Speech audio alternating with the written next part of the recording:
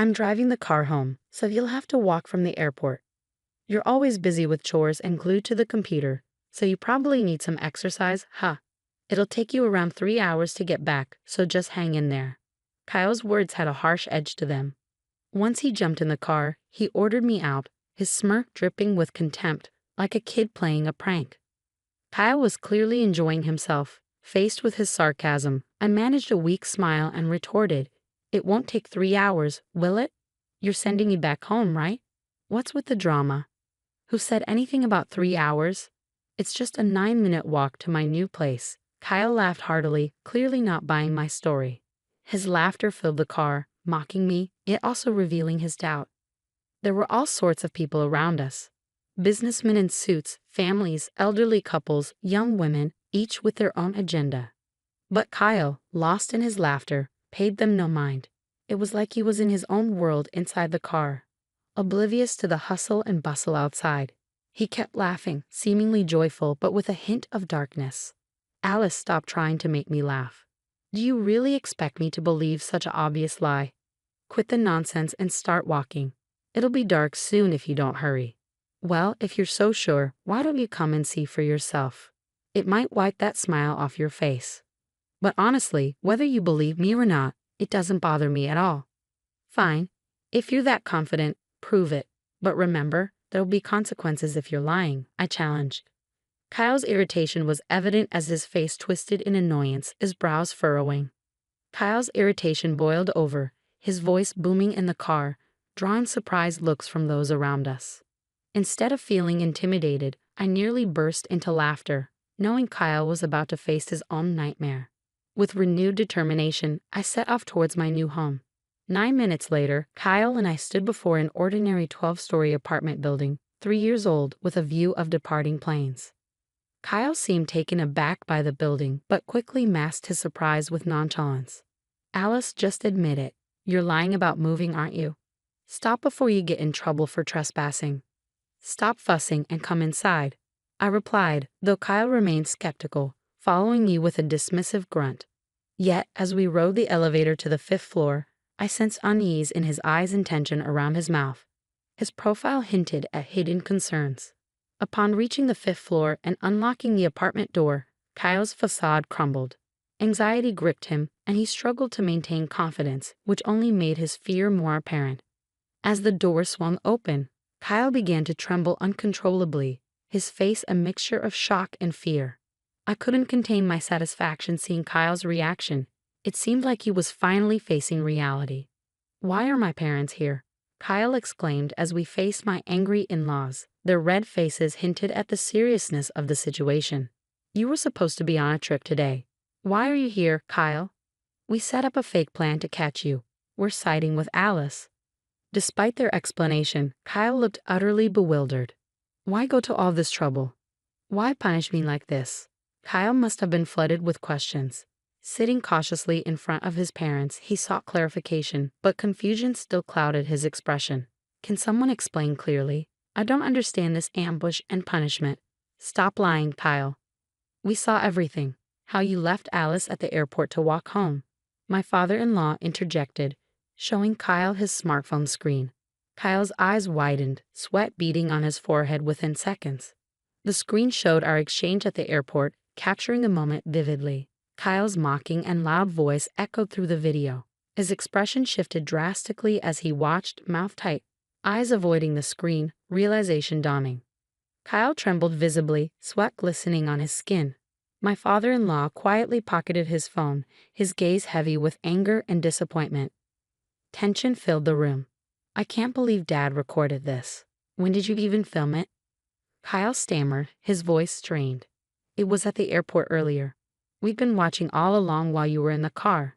My father-in-law replied calmly. At the airport, amidst the bustling crowd, Kyle's parents and I had strategically placed ourselves to witness the events firsthand. Kyle had walked straight into my trap, unaware. His parents observed him silently, the room heavy with anticipation. Finally, my mother-in-law broke the silence. "Kyle, we're shocked. How could you leave your spouse stranded at the airport like that?" It was just a heated argument. I didn't mean any harm," Kyle mumbled, his voice trailing off. It's true, abandoning the woman you love isn't right. Kyle, why are you laughing? Is this a joke? Kyle's father interrupted, his mother's glare intensifying. In that moment, Kyle froze, his face draining of color, like a deer caught in headlights. The room filled with a heavy, tense silence. Sensing the disappointment more than anger in his parents' expressions, I realized they held high expectations for Kyle. He had always been responsible and dedicated, facing challenges head-on. Everyone admired his character and expected great things from him. Yet beneath that facade was the reality of how he treated me, his wife. The revelation that their beloved son had mistreated his spouse was difficult for them to comprehend. Feeling their emotions, I knew it was time to reveal the truth to Kyle. Despite his father's stern gaze and his mother's subdued anger, I began to speak. Kyle, I've been struggling for a while now. Just 6 months into our marriage, you changed. You were always away on business trips, neglecting us. Then the bullying started, and I couldn't understand why until I discovered the truth. You've been having an affair. I've told your parents not only about the bullying but also about the affair. At the mention of the affair, Kyle's shocked silence shattered, his gaze piercing through me, almost causing me to falter. But Kyle's parents stepped in. Hold on, Kyle. I'll admit to the bullying. I may have gone too far at times. I didn't realize it then, but if it hurt you, Alice, I'm sorry. However, I haven't cheated. You should have evidence before making such serious accusations. I don't have evidence right now, but it's clear you're cheating, just like your father said. Denying it won't make it go away. Wouldn't it be better to come clean now and prevent more pain? What? Accusing me without proof? You're going to confuse my parents? Kyle protested, his usual defensive pattern emerging when his position was challenged. As the tension rose, the rest of us remained calm. I'll say it again. Denying it won't help, because I already know everything. I may not have proof now, but there's a witness. I'll call her here. Just wait. After the call, the intercom buzzed, and within 3 minutes, as the person entered, Kyle froze as if time had stopped. She's the witness. Her name is Karen. But Kyle, you probably recognize her, right? She's your affair partner. Karen has seen your true colors. She was at the airport with your parents. Wait, Karen? Why is she here? I didn't know about this, Kyle exclaimed. Through my investigation, I had discovered Kyle's affair with Karen, an employee from a client company. I had secretly contacted Karen, and our conversation revealed that Kyle had kept his marital status hidden from her during their relationship. Karen believed they were serious, and she was deeply shocked to learn of Kyle's deception. Naturally, Karen couldn't stomach Kyle's lies, so I arranged for her to be at the airport to confront him. When Kyle caught sight of my new apartment, a subtle grimace crossed his face, not because of its location, but because Karen lived in the same building. Kyle probably never imagined I'd be in touch with Karen, which explained his feeble attempt to appear confident. However, his facade crumbled under scrutiny. In fact, my move to this apartment was calculated to bring me closer to Karen. Kyle, even my picking you up from the airport today was part of the plan to expose your true self. While I may not have physical evidence, Karen herself has confessed to the affair, I informed Kyle, a mixture of scorn and disdain coloring my words as I revealed the truth to my unsuspecting husband who had underestimated me. Kyle ended up revealing his true colors all on his own. He probably thought I was just a stay-at-home wife with a computer hobby, assuming his affair would never come to light. It's almost pathetic, really, how I didn't see through it until after we were married, blinded by the idea of a perfect marriage. But now, the truth is crystal clear. Kyle has done something unforgivable. He deceived me, his parents, and Karen, and even when confronted, he tried to deny it all. All Kyle can do now is own up to his mistakes and apologize as soon as possible. There's no way out of this. Denying it will only make things worse for him. Alice, don't you think you're going too far? Surveillance at the airport, an ambush at our new home, and moving into the same building as Karen all over an affair seems extreme, Kyle protested. You don't understand, Kyle. While you might see it as just an affair, your actions have warranted this extreme response. You cheated with Karen, bullied me, and made life unbearable, all while hiding your true self from your own parents. It's time for you to face the reality of what you've done, I said firmly, meeting Kyle's gaze with unwavering clarity. His parents and Karen. echoing my sentiments, fixed stern looks on Kyle. My plan unfolded exactly as intended, catching Kyle off guard and leaving him with no excuses. Slowly, he began to apologize. "I'm so sorry. Karen was so beautiful and young, I couldn't resist lying to win her over. Everything Alice said about the bullying and wanting a divorce is true. I wanted Alice to be the one to initiate it," Kyle admitted, but before he could finish, my father-in-law erupted in rage. Without warning, he hoisted Kyle into the air, Kyle's legs flailing as he struggled. "When was the last time you actually talked to Alice, Kyle? She wanted to support you in every way, even starting her work from home for your sake, and yet you," Kyle was dropped abruptly, coughing and turning his gaze towards me. Since Kyle changed, there had been no meaningful conversation between us. He had stopped listening to anything I said. Even when I talked about my work from home, he dismissed it as just a housewife's hobby. "You've not only lied to Alice, Kyle, but also to Karen, deceiving and potentially ruining the life of a young woman," my father-in-law added sternly. "What a foolish thing to do," my mother-in-law said, her voice trembling as if she might burst into tears. And then there was Kyle, trembling himself, seemingly coming to a realization. His repeated apologies of "I'm so sorry" made it feel like we were dealing with a completely different person, showing genuine remorse. Though still angry, the in-laws appeared slightly relieved that Kyle was sincerely apologizing. "Alice, it's all my fault.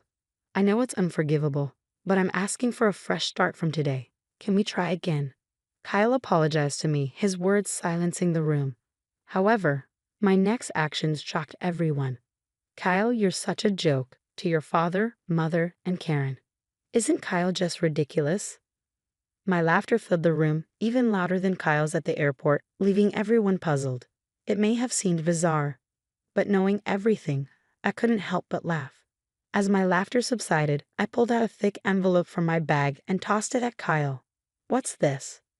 Kyle hastily grabbed the envelope, sensing something ominous. With a nervous swallow, he cautiously checked its contents. The moment he did, he trembled so violently it seemed the room itself shook. "That's the result of a separate investigation into your affairs, Kyle. Besides Karen, you were seeing other women during your travels," I revealed. "So essentially, these are your local wives across different regions?" My father-in-law questioned incredulously. "Local wives? Kyle, were you planning to deceive us even further?" Kyle's supposedly sincere apology was just a facade to prevent yet another affair from being exposed. His promises of change were nothing but lies. Perhaps he believed if he could just get through this moment, everything else would somehow sort itself out. If so, he was truly foolish. "Kyle, all you can do now is get a divorce and pay alimony. I never want to see your face again, so let's handle the rest through our lawyers. Don't try to fool me. You claimed there was no evidence, yet you deceived me. Who deceived whom first? Do you finally understand how it feels to be deceived? Damn it, Alice. You'll regret this, you know. A mere housewife like you won't survive on your own. Don't you dare come crawling back to me." Kyle abandoned his facade and approached menacingly, but his threats seemed laughable to me. It would be Kyle who would regret his actions, yet he left our new home with those final words, oblivious to what lay ahead. The tension in the room dissipated, and we all took a seat simultaneously. My in-laws and Karen offered heartfelt apologies. "Alice, we're so sorry for everything. It's our fault for not realizing sooner and causing you such distress. And Karen, we've troubled you deeply. We'll make sure Kyle takes responsibility. Just wait. We'll pursue him relentlessly if necessary. Please, everyone, no need for apologies. Thank you for supporting my plan. Kyle deserves to face the consequences, but there's no need for an extensive pursuit. He'll definitely reach out to us, without a doubt." My in-laws and Karen glanced at me with a slight smile, puzzled by my confidence. They hadn't fully grasped my plan yet, but it wasn't because of overconfidence or denial. It was a certainty I held deep within. I'll say it again. Kyle knows nothing, and I know everything. I could see the path Kyle was heading down clearly. My intention was to watch silently until he faced the consequences of his actions. A month had passed since then. I sat at my computer in our new home, the gentle breeze outside rustling the trees. The serene silence was interrupted by my phone vibrating. The 100th missed call, all from my ex-husband. Taking a deep breath, I answered. As I held the smartphone to my ear, I could hear my ex-husband's voice, a mix of surprise, anxiety, and a glimmer of hope. Finally, you pick up. Why are you ignoring me when I'm in such trouble? Oh, you're in trouble, huh? What happened? I was deceived. One of these local wives turned out to be a scam artist. She took all my money, and now I'm being chased by some scary guys. It's really bad. That sounds tough. Good luck with that. Hey, don't hang up, please. I'm begging you. Just a little help. I've got no money, can't go home. I'm done for without you. Who said, don't come to me with regrets, never come crying back? I knew everything, including the fact you were being deceived, but I chose not to say anything. I thought it was pointless to tell you anything you wouldn't understand without experiencing the consequences firsthand. His voice faded from the call. Perhaps now, Kyle regretted his actions, but I refused to assist him. People like him couldn't grasp others' pain without facing it themselves. You only think of yourself. That's why you're in this situation. I have work to do, so don't call me again. What work? It's just your hobby. I didn't want to have to say this, but my annual income surpasses yours, Kyle. I found success as a web novelist along with my blog, YouTube channel, and more. I can manage just fine on my own. What? You earn more than me. Wait, can you lend me a little money then? My ex-husband rambled, but I hung up and promptly blocked his number. His selfishness left me sighing deeply until the end. Later, I learned from my in-laws about his situation. Realizing he couldn't rely on me, he turned to them for help. However, they were already aware of his predicament and were furious once again. Despite their anger, he continued making excuses, resulting in his parents disarming him. With nowhere to turn, he fled, changing jobs and relocating. However, it seemed the threatening men pursued him to his new location. He even sought refuge near his parents' home at one point, sending messages of regret and reflection. But it was too late. His actions had consequences, and he bore the weight of that truth. I want a divorce. The words hit me like a truck, stealing my breath away. I stared at Theo in disbelief, searching his face for any hint that he was joking. But his cold eyes betrayed no humor. Well, what are you talking about? I managed to choke out. Why would you say something like that? Theo leaned back in his chair, lips curling into a cruel smirk. There's no easy way to put this, Marla. I've met someone else, someone younger, more. His gaze raked over me with disdain. Vibrant. My hands shook as I gripped the edge of the table. After 25 years of marriage, of supporting him through thick and thin, this was how he repaid me? Who is she? I demanded, my voice trembling with rage and hurt. How long has this been going on? Does it really matter? Theo shrugged, utterly unbothered by my anguish. What matters is that I'm done with this sham of a marriage. I'm leaving you, Marla. Leaving me? The words cut deep, fueling a simmering anger within me. Just like that? After everything I've sacrificed for you, for this family? Theo scoffed. Don't act so wounded. We both know you've gotten just as much out of this arrangement as I have.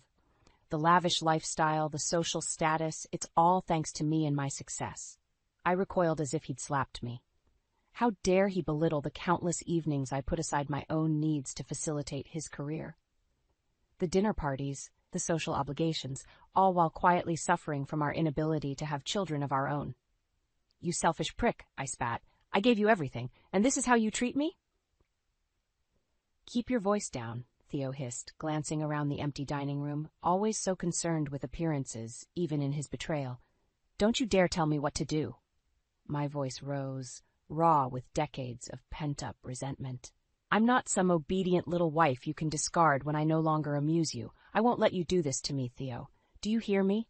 I won't let you destroy everything we've built without a fight. A cruel laugh escaped his lips. And what exactly do you think you can do, Marla? I'm the one who made us, and I can just as easily break us apart if I want to. His arrogance, his callousness, it ignited a fire within me, a fierce determination to make him pay for his betrayal. We'll see about that, I hissed, pushing back from the table. You want a divorce? Fine, but don't think you'll get away with this scot-free. I'm going to fight for every last cent, and I'm going to make sure the whole city knows exactly what kind of man you really are. Theo shook his head with an infuriating air of smugness. Whatever helps you sleep at night, dear. Just remember you've got nothing on me. I turned on my heel and stormed out, my body shaking with rage and humiliation. That arrogant bastard thought he could throw me away like a used rag? He was badly mistaken. This was far from over. If Theo wanted a war, then I would give him one, and I didn't intend to lose. I sipped my coffee, staring out at the expansive view of the city skyline from the floor-to-ceiling windows of our penthouse apartment. Just a few years ago, this opulent lifestyle seemed like a distant dream. Now, it was my reality, a hard-won reward for the sacrifices I'd made to support Theo's relentless ambition. It all started over 25 years ago, when we were just two starry-eyed kids fresh out of college. Theo had big plans to make it in the real estate game, and I believed in him wholeheartedly. We scraped by on next to nothing, living in a cramped studio apartment, while Theo hustled from deal to deal. "This is just the beginning, babe," he'd tell me with that cocksure grin. "One day, we'll have it all, the house, the cars, the whole 9 yards. I never doubted him for a second. When the rejections and setbacks came, I was there to bolster his determination, to be the rock he needed to keep chasing his dreams. Of course, I had dreams of my own once, visions of starting a family, raising children in a loving home. But fate had other plans. After years of fertility treatments and heartbreak, we had to accept that kids just weren't in the cards for us. "It's okay, honey," Theo soothed, wrapping me in his strong embrace after the last negative test. "We've got each other, and that's enough for me." His words brought me comfort, even as they stoked the lingering ember of maternal longing deep within me. I poured that yearning into supporting Theo instead, becoming his biggest cheerleader as his fortunes began to shift. It wasn't an easy road. Theo was relentless in his pursuit of success, often working 7 days a week, neglecting everything but the next big deal. I lost count of the evenings I ate dinner alone, or the weekends I spent holed up in our apartment while he schmoozed clients and negotiated contracts. "Just a little longer, baby," he'd promise, that hungry glint in his eyes. "Once I land that Westbrook development, we'll be set for life." So I waited, and I supported him, no matter what, because at the end of the day, his success was our success, or so I thought. "Earth to Marla!" Theo's gruff voice shattered my reminiscence. I turned to see him standing in the doorway, signature smirk plastered across his face. "Where does your mind wander off to these days?" he chided, strolling over to pour himself a glass of scotch. I regarded him coolly, unable to shake the bitterness that had taken root since his shattering confession. "Just thinking about how far we've come," I replied, keeping my tone even. Theo barked out a laugh, so utterly cavalier about the life we'd built together. "You can say that again? Who would have thought the Wilkins kid from the trailer park would end up with a real estate empire worth hundreds of millions?" My jaw clenched at his arrogance, at his callous disregard for my role in his ascent. "We've worked hard to get here," I reminded him acidly. "Or have you forgotten about the nights I lay awake, waiting for you to come home from schmoozing investors? The moves I put my career on hold to support yours?" Theo waved a dismissive hand. "Relax, would you? No one's denying the sacrifices you made, but let's not pretend like I wasn't the one pulling the real weight all these years." The audacity of his words struck me speechless. After everything, he still couldn't bring himself to acknowledge my contribution, my unwavering devotion that helped fuel his success. "You're unbelievable," I seethed, the rage bubbling up once more. "You smug, selfish bastard. You'd be nothing without me." In a flash, Theo closed the distance between us, his fingers clamping around my arm like a vice. "Don't you ever speak to me that way again," he growled, his eyes glittering with menace. "I built this life with my bare hands, and you'll show me some goddamn respect." I flinched at the force of his grip, but held his stare, refusing to back down. "Or what?" I challenged. "You'll leave me, like you already have?" His lip curled with contempt, and he shoved me away with a harsh laugh. "Maybe I made the right call after all. You've gotten awfully uppity in your old age." With that parting shot, he stormed out, leaving me seething amid the luxurious trappings that were supposed to be our dream life. In that moment, the rose-tinted lenses shattered. I saw Theo for what he truly was, a selfish, egotistical bully who only valued me when I was helping to advance his aspirations. Well, if that was the way he wanted to play it, so be it. It was time for me to start looking out for myself and to make him pay dearly for his betrayal. The next morning I awoke with a renewed sense of purpose. No more would I wallow in self-pity or dwell on the life I thought I had. It was time to take action and fight for what was rightfully mine. I waited until Theo left for work before making my move. With trembling fingers, I punched the number for a private investigator I had found online, someone discreet, with a reputation for digging up even the dirtiest of secrets. "How can I assist you today, ma'am?" The gruff male voice on the other end answered. I took a deep, stealing breath. "I need to hire you. My husband has been unfaithful, and I want you to find out every last sordid detail." There was a pregnant pause, as if he was assessing whether I was truly prepared to open this Pandora's box. "Very well," he replied at last. "I'll need some basic information to get started." I spent the next hour recounting everything I knew: Theo's long hours, his recent distance, that fateful confession that had shattered my world.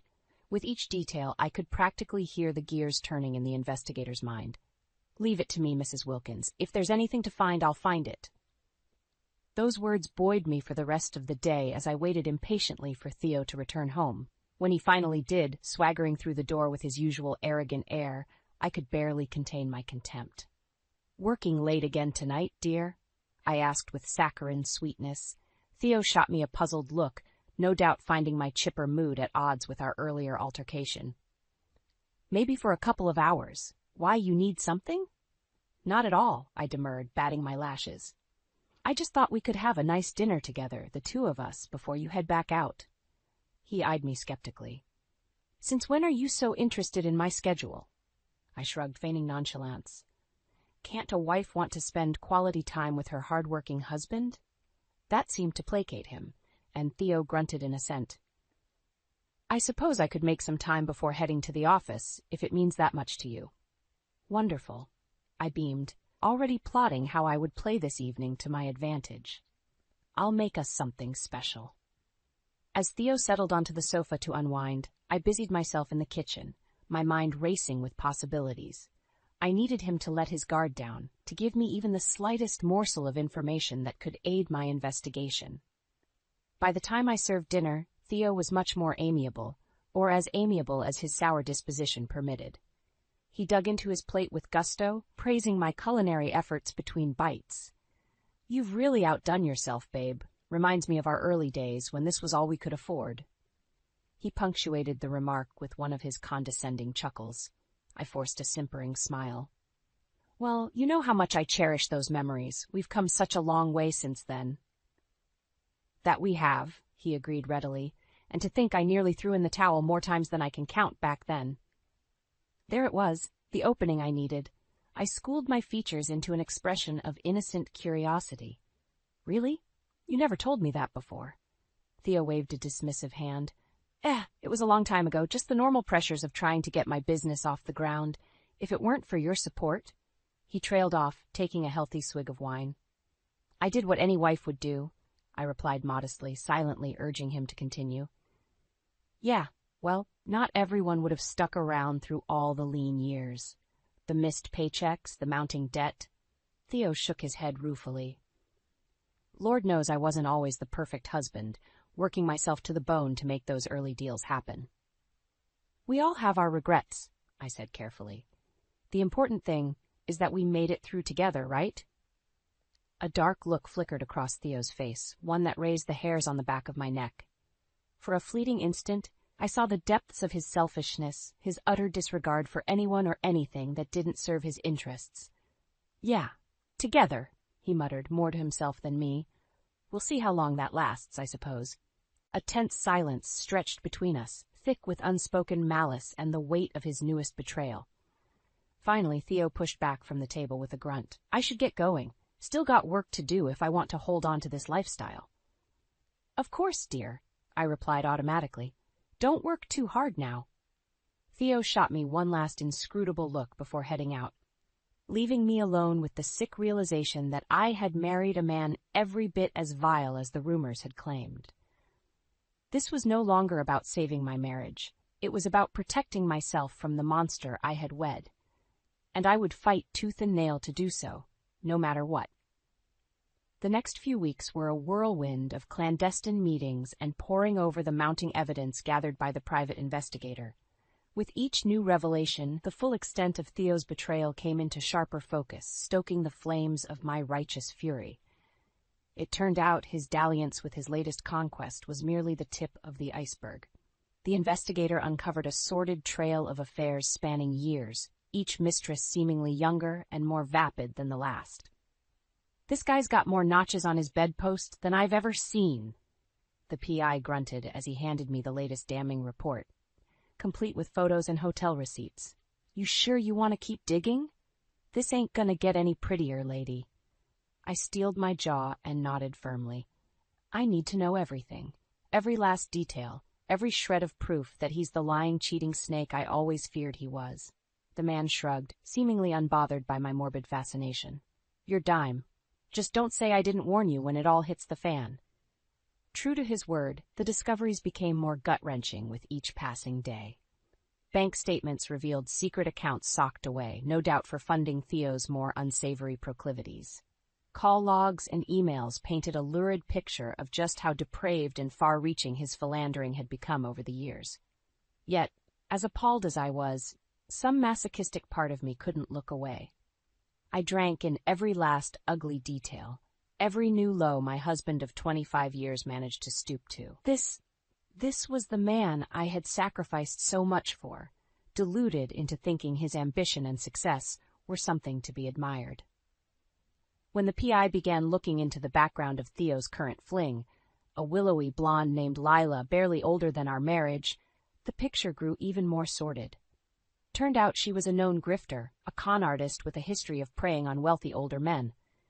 "I got all the dirt you could want on this piece of work," the PI relayed with relish, tossing a thick manila envelope onto the table. "Multiple aliases, fraud charges from a dozen different states. You name it, she's done it." I flipped through the contents with a weary sort of resignation, absorbing each new lurid detail about the trollop that had so utterly ensnared my clueless husband. "Look at this one," the PI inserted, pointing to a grainy mugshot. "Got busted trying to shake down some bigwig in Miami. Convicted felon, just like that." "Of course she is," I muttered with a hollow laugh. It all made perfect, twisted sense in hindsight. Lila was just another vulture, lasering in on the corpse of my marriage to feast on what remained of Theo's riches and status.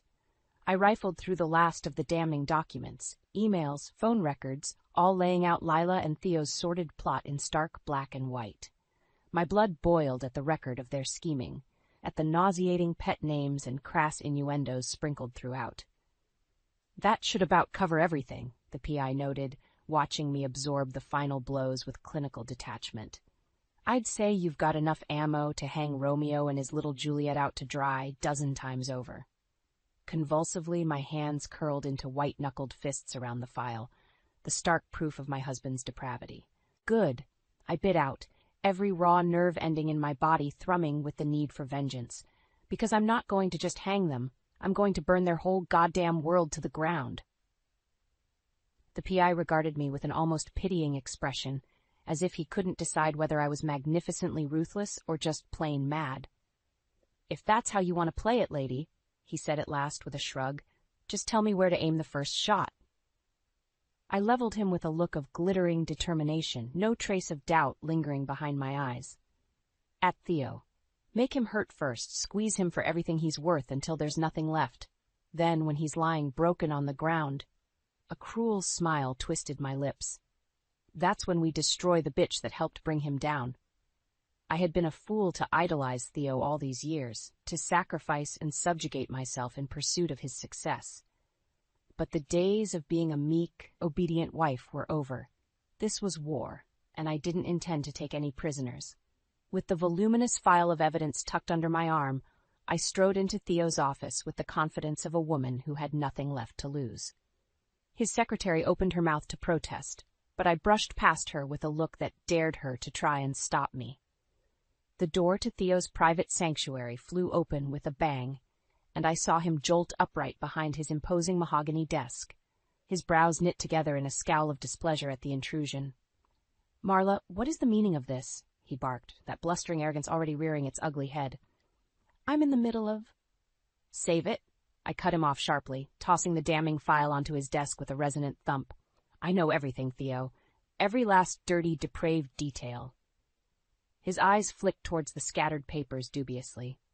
I don't know what you think, you? Lila Thompson, Brianna Rise, Jessica Alvarez. Need I go on? I recited the list of his mistress's names with cold precision, watching as his bronzed complexion blanched. How did you? Theo swallowed hard, suddenly wary in the face of my resolute fury. I have my ways, I replied, allowing a triumphant smile to crease my lips. Friends in low places, let's just call it that. Friends who are more than happy to sell out a lying, cheating scumbag like you for the right price. Theo's jaw clenched, but he made no move to deny the mounting evidence. We both knew there was no use trying. I had him nailed to the wall. So what, you came here to gloat? He spat at last. To try and shame me into staying in this sham of a marriage? That familiar sneer crept across his features as he tried to reclaim some semblance of control. Save your breath, Marla. I'm done with you. Done with this pathetic life we've... Not so fast, I interjected smoothly, shaking my head in mock sympathy. You don't get to decide when we're done. Not anymore. Theo opened his mouth, no doubt to unleash another torrent of vitriol, but I barreled forward, refusing to cede him an inch of ground. Let me lay it out for you, Theo. You're going to do exactly as I say, down to the letter. You're going to end this little fling with your girlfriend, cut off every last dime to her, leave her penniless on the street. His eyes narrowed dangerously. Like hell I am. You don't get to dick. Then... I spoke over him, louder and more implacable. You're going to transfer the bulk of your assets into my name. Every last property, business holding, investment account, the lot. And if I so much as catch a whiff of you keeping anything back, even a penny. Leaning forward, I pinned him with a gaze of molten steel. I go public with everything. The affairs, the money trails, every dirty secret. I'll make sure to time it just right to nuke any big deals you have in the pipeline, too. Theo surged to his feet, slamming his palms onto the desk hard enough to rattle the crystal tumbler perched there.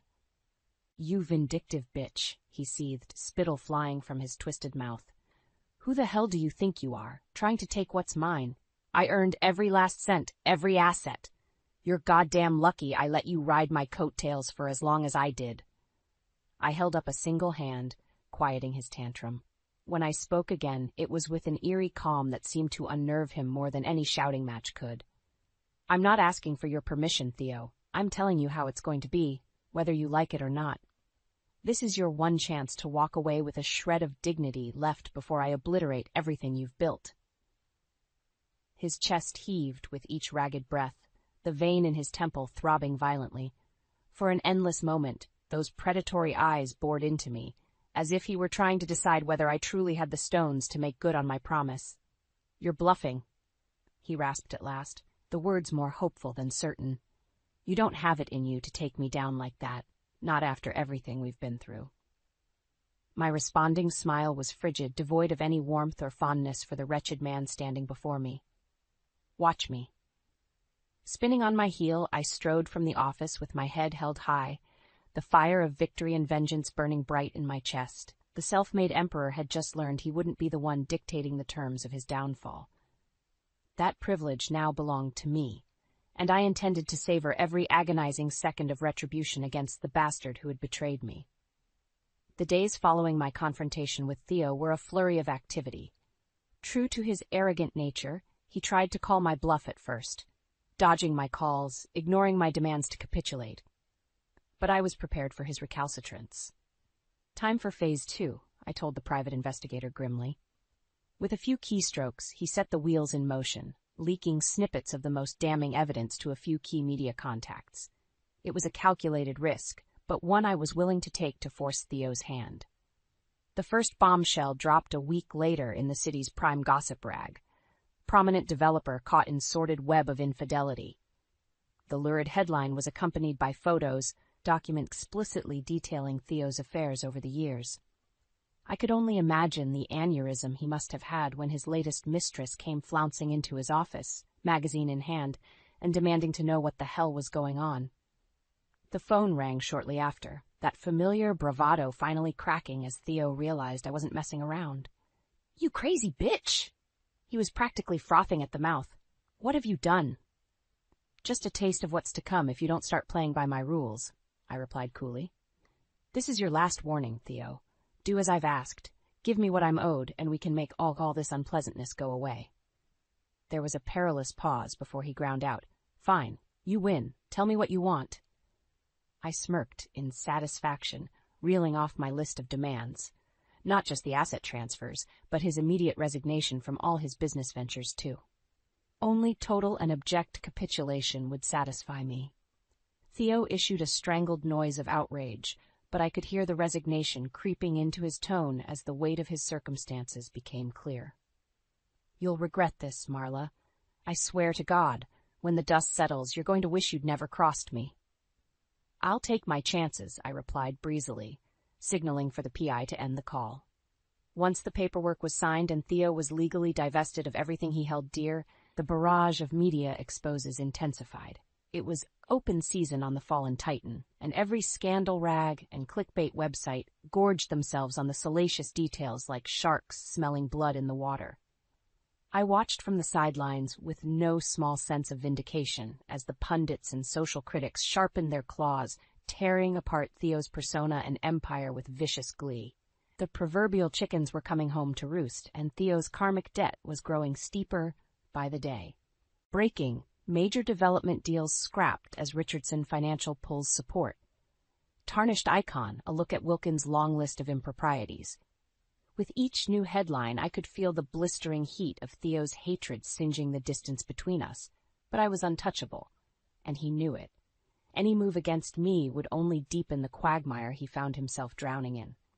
Perhaps nothing summed up the sheer totality of his disgrace more than the day I opened the mailbox to find a plain manila envelope.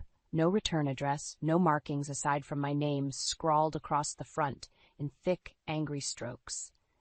Inside was a desolate article from some local Vegas tabloid. Heiress Lila Thompson deserted by embattled former lover. Splashed across the cheap, grainy pages were unflattering shots of Lila, the woman who started this whole firestorm by daring to insinuate herself into my life, into my marriage. Now she was out on the streets, a few $1,000s lighter from whatever pittance Theo had managed to siphon away to her before I closed that avenue for good. I traced my fingers over the flushed, angry picture of that miserable harlot, felt the smooth paper crinkle beneath my touch. For a fleeting moment, I almost felt sorry for her, just another hustler who got conned by someone slicker and greedier than she was. Almost, but not quite. The bittersweet victory of holding the proof of her downfall in my hands was too delicious to let pity gain any true foothold. She made her bed, just like Theo, and now they were destined to lie in the rubble of the lives they'd so wantonly demolished. As for me, my path forward was clear and unsullied. I paved with the ashes of my vengeful retribution. No more would I be a victim, not to Theo, not to any man's selfish whims. I was the master of my own destiny now. And this, I decided with a grim smile, was only the beginning. In the weeks after the media storm hit its feverish peak, an eerie calm descended over the city. It was as if everyone was holding their breath, waiting to see if the once mighty Theo Wilkins would somehow defy the odds and claw his way back from oblivion. I knew better, of course. My own private investigator kept me apprised of Theo's every crippled move, each more pathetic and desperate than the last. Guy's been making the rounds with every low-life investor and loan shark in the city, the PI reported with a sardonic chuckle. Seems he's quickly burning through what little cash you didn't bleed out of him. Let him grovel, I replied dispassionately. He knew exactly what he was risking when he crossed me. Still, I couldn't help but feel a perverse sense of satisfaction at hearing the sordid details of Theo's downward spiral. After everything he'd put me through, every last indignity, it was only right that he suffered his penance with interest. It all came to a head one sultry summer evening, as I nursed a glass of Malbec on the balcony of my new high-rise apartment. The penthouse might have been Theo's once, but it was mine now, along with the rest of the fortune he and deceived for over the years. My hands were trembling with a furious wringer by the time the PI arrived at my door, his expression grim beneath the brim of his battered fedora. "Well?" I demanded without preamble. "What's the latest?" The PI sighed, sinking into the plush leather armchair across from me. "I'm not going to sugarcoat it, Marla. Yash, your former hubby is just about tapped out. Had to hawk his car and watch collection just to cover some of his outstanding debts, and I got word his bank accounts are running on fumes. I snorted derisively, sipping at my wine to mask the trill of dark satisfaction blooming in my chest. The arrogant prick was finally getting a taste of the poverty and despair he'd forced so many to endure over the years. What about his living situation? The PI shrugged. Had to move out of that swanky hotel suite. Couldn't make the payments with his dwindling cash reserves. From what I gathered, he's been crashing on buddies' couches here and there. The utterly pathetic image of my aristocratic, status-obsessed husband reduced to a vagrant pushed a humorless laugh past my lips. My, how the mighty have fallen, I mused with acid sweetness. What of his precious Lila? Has she wised up and abandoned him to his fate as well? The PI grinned, showing teeth like a shark that smelled blood in the water. You could say that. I got an eyeful last night of your ex's latest living situation. He slid a plain envelope across the table, its contents crinkling faintly as I tore it open. Inside were a few grainy surveillance photos. The figures depicted unmistakable even through the poor resolution. There was Theo, looking as disheveled and wretched as I'd ever seen him. Hair mussed, clothes wrinkled, his formerly immaculate appearance in total disarray. And trailing at his heels like a starved dog was none other than Lila, that familiar vapid pout sculpted across her pretty features. I flipped through the damning stills with relish, drinking in each lurid detail. The squalid alleyway, the rusted doorway set into the crumbling brick facade, clearly the entrance to some flophouse or drug den where the downtrodden and degenerate of the city lurked. And there, in the middle of it all, was Theo Wilkins, the man who once had it all, now utterly depleted in every sense of the word. Stripped of his empire, his wealth, even his freedom, thanks to the seemingly unending series of criminal and civil investigations still looming over him like a guillotine. My lips peeled back in a vicious grin as I regarded the physical manifestation of his disgrace, cold delight lancing through my veins. Fitting, wouldn't you say? I commented to the PI, thumbing through the photos once more. That the two parasites who sucked me dry should end up rotting together in that cesspool where they belong? The investigator gave a wry grunt of assent. Way I see it, this is just the first installment of karma's payback. He gestured to the images with a jerk of his grizzled chin. They'll bleed each other dry soon enough, turn on one another like the rats they are when there's nothing left to take. I nodded, a brilliant spark of clarity illuminating the best path forward at last. Yes, I rather think you're right. My smile took on an almost pitying quality as I slid the photos back into their envelope.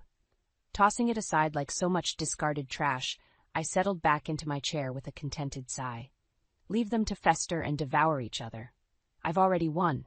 It's time to move on and let the monsters cannibalize what little remains. Sipping the lush crimson of my wine, I gazed out over the glittering city skyline as the sun began its inexorable descent. A new day loomed, rife with possibility and promise, the first true fresh start I'd had in decades. Theo and his kind could remain entombed in their self-made hells. As for me, I was through dwelling on the past. My future was finally my own, and I had every intention of seizing it with both hands. The grand opening of the Marla Wilkins Foundation was a smashing success, with over 300 of the city's elite turning out in their finest attire. Champagne flowed freely as I worked the crowd, exchanging air kisses and accepting congratulations on my latest philanthropic endeavor. You're doing such wonderful work, darling, gushed one perfectly coiffed matron, her diamond-encrusted fingers clutching my arm. So admirable, the way you've persevered after that dreadful business with your former husband. I curled my lips in a gracious smile, ignoring the way her ravenous gaze swept over the opulent spread of past Horsdovers and crystalline ice sculptures. Thank you, Brenda. I only wish I'd found my calling sooner. It brings me such fulfillment to give back and support other women in need. The words were honeyed, but carried a razor's edge for those with the discernment to detect it. A shadow flickered across the woman's powdered features, her gilded mask slipping ever so briefly. No doubt she was recalling the tawdry headlines from a few months prior, when news of my depraved husband's affairs and financial treachery had rocked our glittering social circle. Yes, well, you've certainly demonstrated the most admirable strength of character, Brenda demurred, with an airy wave of her diamond-crusted hand before slinking away in search of the next opportunity to be seen. I watched her go with a pitying sort of resignation. For all their wealth and privilege, people like Brenda were just as oblivious to life's harsh realities as Theo had been, sheltered from the cold consequences of their actions by a cozy butler of money and status. Well, their precious bubble of ignorance was about to burst in a most satisfying way. Excusing myself from the prying clutches of the uptown vultures, I slipped into the quiet shadows just off the main ballroom. A heavy wooden door separated the saccharine spectacle from the true heart of my foundation's operations, the pro bono legal clinics and advocacy services offered to women from all walks of life. My heels clicked in hushed reverence against the industrial flooring as I wound my way between modular cubicles and conference rooms. Dozens of women sat hunched over paperwork, many still sporting the same haunted, hopeless look I'd worn in the immediate wake of Theo's betrayal. But there were also glimmers of empowerment, of lives reclaimed, in the steely eyes and determined jawlines of those further along in their journeys. I drank in the sight of them with immense pride, knowing my pain and suffering had borne something so profound and meaningful as this. One such pillar of resilience rose to greet me as I paused in the doorway, a grimly attractive woman in her late 30s, with the unmistakable bearing of a military veteran. "Ms. Wilkins, welcome," she offered with a firm handshake and an appraising look. "I'm Rachel, head of legal counsel here at the Foundation." I returned her grip with equal confidence, instantly assured that I'd chosen the right woman to lead my cause. "A pleasure to finally meet you, Rachel. I take it operations are running smoothly thus far?" "As much as can be expected for our first major event," the woman replied with a wry twist of her lips. "We've already had over 24 new intakes just tonight alone." My brow furrowed with concern. So many? I knew unhappily married women were a silent pandemic, but even I didn't foresee such an overwhelming need hitting us straight out of the gate. Rachel shrugged, the motion pulling at the crisp navy blazer stretched across her broad shoulders. "Shows you we're filling a major void in the community.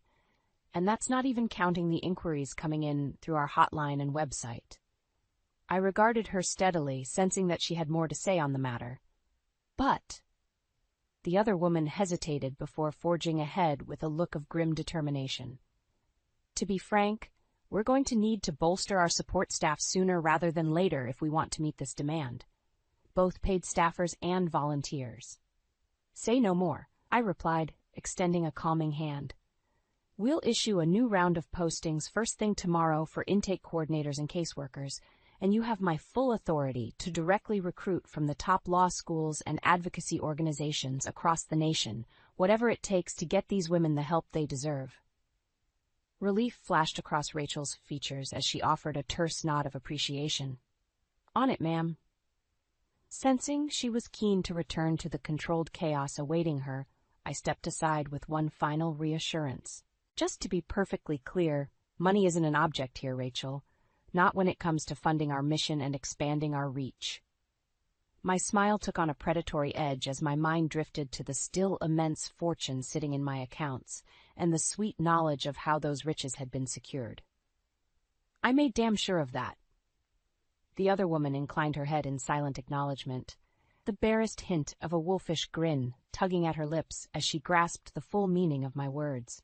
With that unspoken sense of kinship flaring bright between us, Rachel turned on her heel and strode back into the fray, her focus solely on the battles awaiting her. As for me, I remained rooted in the hallway for a few lingering moments longer, taking in the almost sacred ambiance of the Foundation's inner sanctum.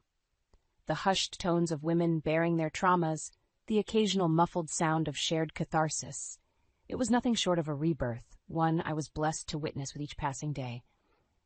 How bitterly ironic that the spoils of my victorious reckoning against Theo were precisely what enabled this sanctuary to thrive.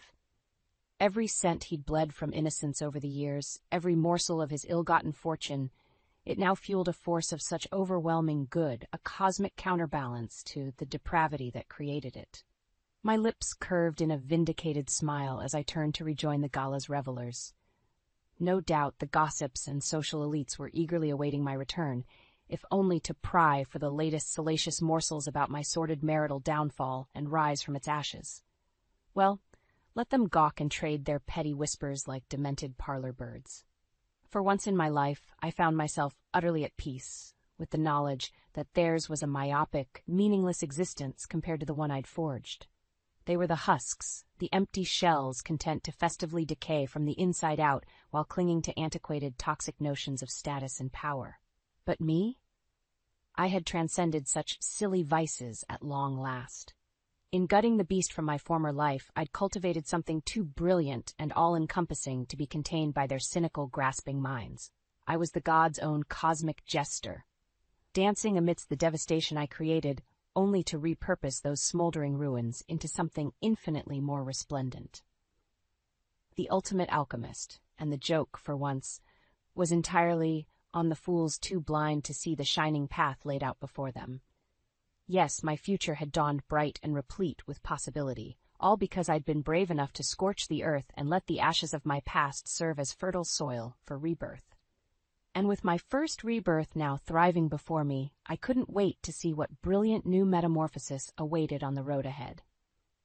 The soft candlelight flickered across Derek's face, casting eerie shadows that seemed to mask his true intentions. I should have known something was amiss when he insisted on a fancy, intimate dinner to celebrate our anniversary. Derek had never been one for grand romantic gestures, at least not in recent years. "I have a surprise for you," he said, a sly smile playing upon his lips. He slid a small, intricately carved wooden box across the table. My heart raced as I examined the peculiar gift. "What's this?" I asked, my fingers tracing the ornate patterns etched into the polished surface. "Open it." I fumbled with the latch, but it wouldn't budge. "It's locked," I said, puzzled. Derek's eyes glinted with an emotion I couldn't quite decipher. "The truth lies within, but some doors should never be opened," he said cryptically, sliding a folded note toward me. A shiver ran down my spine as I read the ominous words scrawled on the paper. "What's going on, Derek? What truth are you talking about?" He leaned back in his chair, his face a mask of calm indifference. "You'll have to figure that out for yourself, my dear." My mind raced, searching for an explanation, but all I found were more questions. Had our marriage truly become such a mystery that my own husband would taunt me with riddles and locked boxes? The rest of the evening passed in tense silence, the weight of Derek's enigmatic gift hanging over us like a dark cloud. As I lay awake that night, the box seemed to mock me from the dresser, its secrets lying just out of reach. In the days that followed, I found myself obsessing over the locked box, turning it over and over in my hands, searching for any clue that might reveal its purpose. Derek, however, remained infuriatingly tight-lipped, deflecting my questions with that same inscrutable smile.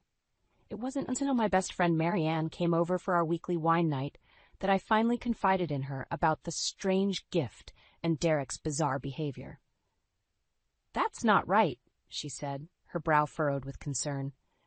"Have you noticed anything else off about him lately?" I hesitated, wondering if I should voice the nagging suspicions that had been brewing in the back of my mind. "Well, he's been taking a lot of late-night calls lately," I admitted, "and sometimes he disappears for hours without explanation." Marianne's eyes widened, and she reached across the table to grasp my hand. "Lila, you need to get to the bottom of this. Trust me, I've been down this road before, and it's never good when they start keeping secrets." Her words sent a chill through me, but deep down I knew she was right. The locked box was just the tip of the iceberg, a sinister metaphor for the growing cracks in my marriage. And as much as I dreaded what I might uncover, I knew I had to find the truth, no matter how painful it might be. With a newfound determination, I vowed to unravel the mysteries surrounding Derek and the ominous gift he had bestowed upon me. Little did I know that the road ahead would be fraught with shocking revelations and heart-wrenching betrayals that would test the very limits of my strength and resilience. In the days following Derek's unsettling gift, a palpable tension hung over our home like a thick fog. Our conversations were clipped, each word laced with veiled accusations and unspoken suspicions. "Working late again?" I asked, trying to keep my tone casual as Derek grabbed his briefcase and headed for the door. He paused, his hand on the doorknob, and flashed me a tight smile that didn't quite reach his eyes. "You know how it is, babe. Big project coming up." I nodded, biting back the questions that burned on the tip of my tongue. How many big projects could one man possibly have? As the front door clicked shut behind him, I sank onto the couch, my mind a whirlwind of doubts and fears. Marianne's words echoed in my head, a constant reminder that something wasn't right. I reached for my phone, my thumb hovering over Marianne's number. She had promised to put me in touch with a private investigator, a friend who had helped her through her own marital woes, but could I really go down that path? To hire someone to spy on my husband felt like a line I couldn't uncross. The decision was taken out of my hands a few nights later, when Marianne showed up at my doorstep, a petite blonde woman in tow. "Lila, this is Amber," Marianne said, ushering the woman inside. She's the best in the business when it comes to digging up the truth. Amber offered me a sympathetic smile, her keen eyes sizing me up. "I know how difficult this must be for you, but sometimes the only way to move forward is to face the harsh realities head-on." I sat in stunned silence as Marianne filled Amber in on the details of Derek's odd behavior and the mysterious locked box. With each word, the weight of my suspicions grew heavier, threatening to crush me beneath their burden. "Let me get to work," Amber said, her voice firm and reassuring. "I'll find out what your husband is hiding, no matter how deep he's buried it." True to her word, Amber wasted no time in her investigation. Within a week, she had uncovered a tangled web of lies and deception that left me reeling. "He's been seeing other women," she said, sliding a manila folder across the table towards me. Inside were grainy photographs of Derek embracing a leggy brunette outside a hotel, their bodies pressed together in an intimate clinch. I felt the air leave my lungs as if I'd been sucker punched. Tears stung my eyes, but I blinked them back, determined not to let Derek see me crumble. "That's not all," Amber continued, her voice tinged with sympathy. "He's racked up a mountain of gambling debts, and there are whispers of him being involved in some shady business dealings." My head spun as I tried to process the avalanche of revelations. The man I had pledged my life to, the man I thought I knew better than anyone, was a complete stranger. "What do I do?" I asked, my voice trembling. Amber's expression hardened. "You fight back. You gather every shred of evidence and make him pay for what he's done to you." As I clutched the damning photos, a newfound fire ignited within me. Derek had made the mistake of underestimating me, of thinking I would simply cower in the face of his lies and betrayal. He was about to learn just how wrong he was. The photographs burned a hole in my purse as I waited for Derek to come home that night. My heart pounded in my ears, a mixture of anger and trepidation coursing through my veins. When the door finally opened, revealing his smug, self-satisfied expression, something inside me snapped. "You lying, cheating bastard," I spat, hurling the incriminating images at his feet. Derek's eyes widened as he took in the compromising photos, his face paling. For a brief moment, his carefully crafted mask slipped, and I caught a glimpse of the true monster lurking beneath. "Lila, baby, let me explain," he began, his voice a sickening blend of condescension and feigned remorse. "Explain what?" I snarled, advancing on him like a lioness cornering her prey. "How you've been carrying on affairs behind my back? How you've been gambling away our life savings?" A flicker of anger flashed across his features, and he straightened to his full height, towering over me. "You have no idea what you're talking about," he growled, his lips curling into a sneer. "You think you're so damn innocent, but you're just as much to blame for the state of our marriage." I recoiled as if he'd struck me, his venomous words cutting deeper than any physical blow. "Blame me?" I echoed incredulously. "I've done nothing but love and support you, you pathetic excuse for a man."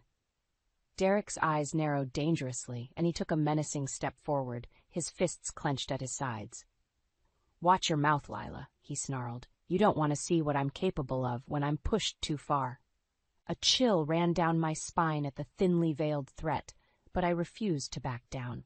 This man, this stranger wearing my husband's face, had awoken a fury within me that couldn't be contained. "Get out," I said, my voice trembling with barely restrained rage. "Get out of my house before I call the police and have you thrown in jail where you belong." Derek let out a harsh bark of laughter, his eyes glittering with malice. "Your house? You think you can take anything from me?" He snatched up the locked box from the side table, waving it in my face tauntingly. "This was just the beginning, sweetheart. You have no idea what's coming." With a final, contemptuous glare, he turned on his heel and stormed out, the front door slamming behind him with a finality that shook the walls. I sank to the floor, my body racked with sobs as the weight of Derek's betrayal crashed over me in waves. The man I had loved, the man I had vowed to spend my life with, was gone, replaced by a callous, vindictive stranger. But even as the tears flowed, a steely resolve took root within me. Derek had made the mistake of underestimating my strength, of thinking he could break me with his lies and threats. He was about to learn just how wrong he was. As I gathered the scattered photographs, my hands steadied, my mind already whirring with plans for my next move. Derek might have thought he had the upper hand, but I was just getting started. The battle lines had been drawn, and I would stop at nothing to ensure that justice was served, no matter the cost. In the days following Derek's explosive departure, I found myself adrift in a sea of uncertainty. The life I had known, the future I had envisioned, lay in tatters at my feet. As I sifted through the wreckage of our once happy home, I stumbled upon a stack of unopened bills and final notices. My heart plummeted as I realized the true depth of Derek's deception. Not only had he been squandering our savings on his illicit affairs and gambling habits, but he had also been hiding the fact that we were drowning in debt that now threatened to strip me of the roof over my head. I sank onto the couch, the bills crumpling in my trembling hands. How could he have done this to me, to us? How could he have gambled away our financial security without a second thought? The answer, of course, was that Derek had never truly cared about me or our life together. I was merely a pawn in his twisted game, a means to an end that served his own selfish desires. As that bitter realization took hold, a newfound determination surged within me. I would not be Derek's victim, his punching bag to be kicked around and discarded when he grew bored. I would fight back, tooth and nail, to regain control of my life and ensure that he paid dearly for his transgressions. With a newfound sense of purpose, I began gathering every shred of evidence I could find: bank statements, phone records, anything that might shed light on the depths of Derek's deceit. It was during this frantic search that I stumbled upon a hidden cache of encrypted files on Derek's laptop, files that even my rudimentary tech skills couldn't crack. That's when I knew I needed help. The next day, I found myself at the doorstep of Simon, a tech-savvy coworker I had confided in about my marital troubles. He was a quiet, unassuming man, but his skills with computers were unparalleled. "I need your help," I said, my voice tinged with desperation as I handed him Derek's laptop. "There are files on here that could be the key to bringing him down, but I can't access them." Simon's brow furrowed as he took the laptop, his fingers already flying over the keys.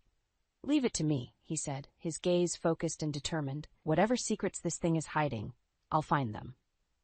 True to his word, Simon worked tirelessly, his efforts eventually yielding a trove of incriminating data: financial records, encrypted communications, even detailed logs of Derek's illegal business dealings.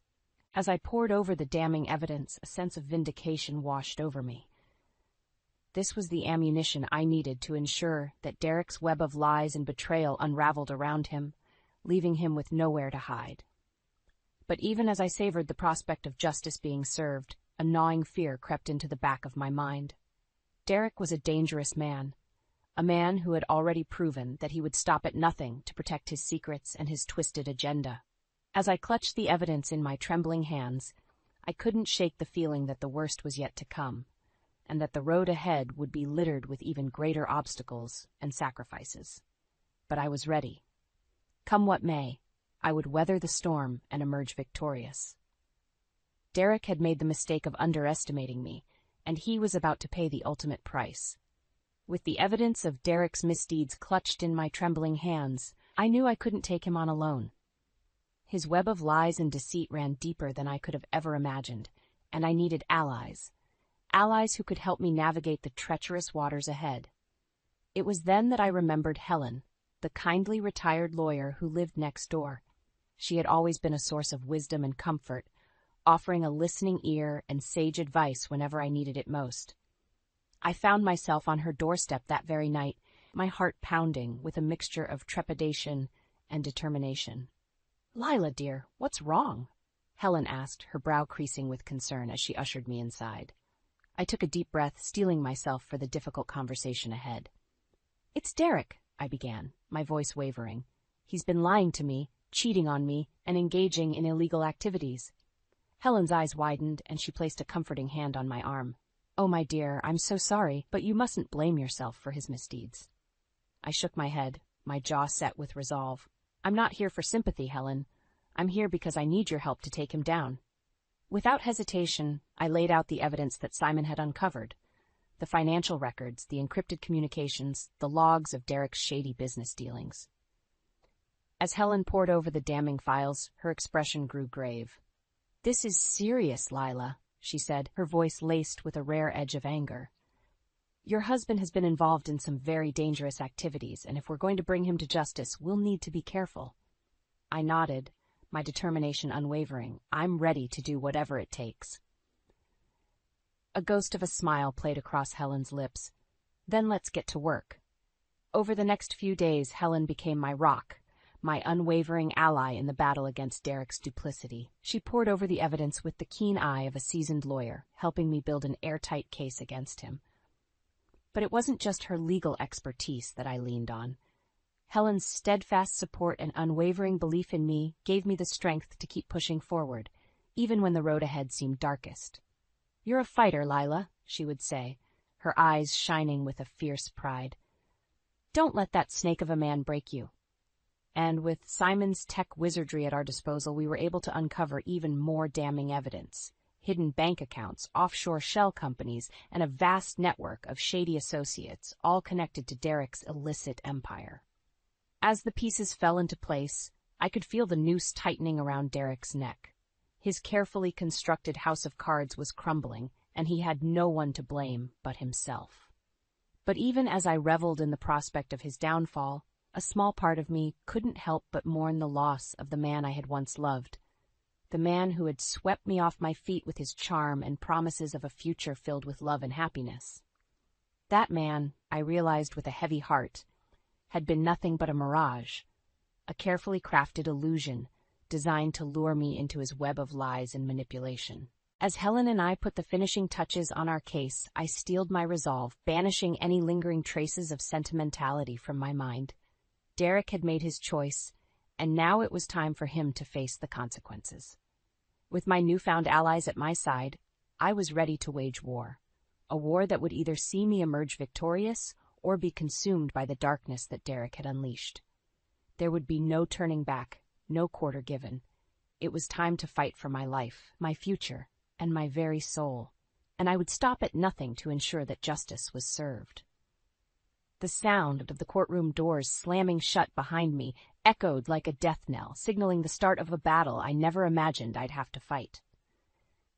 As I took my place at the plaintiff's table, my hands trembled, clutching the stack of evidence that would either be my salvation or my undoing. Derek sat across the aisle, his expression a mask of cold indifference as he surveyed me with thinly veiled contempt. But I refused to be intimidated by his calculated stare, his silent attempts to rattle me.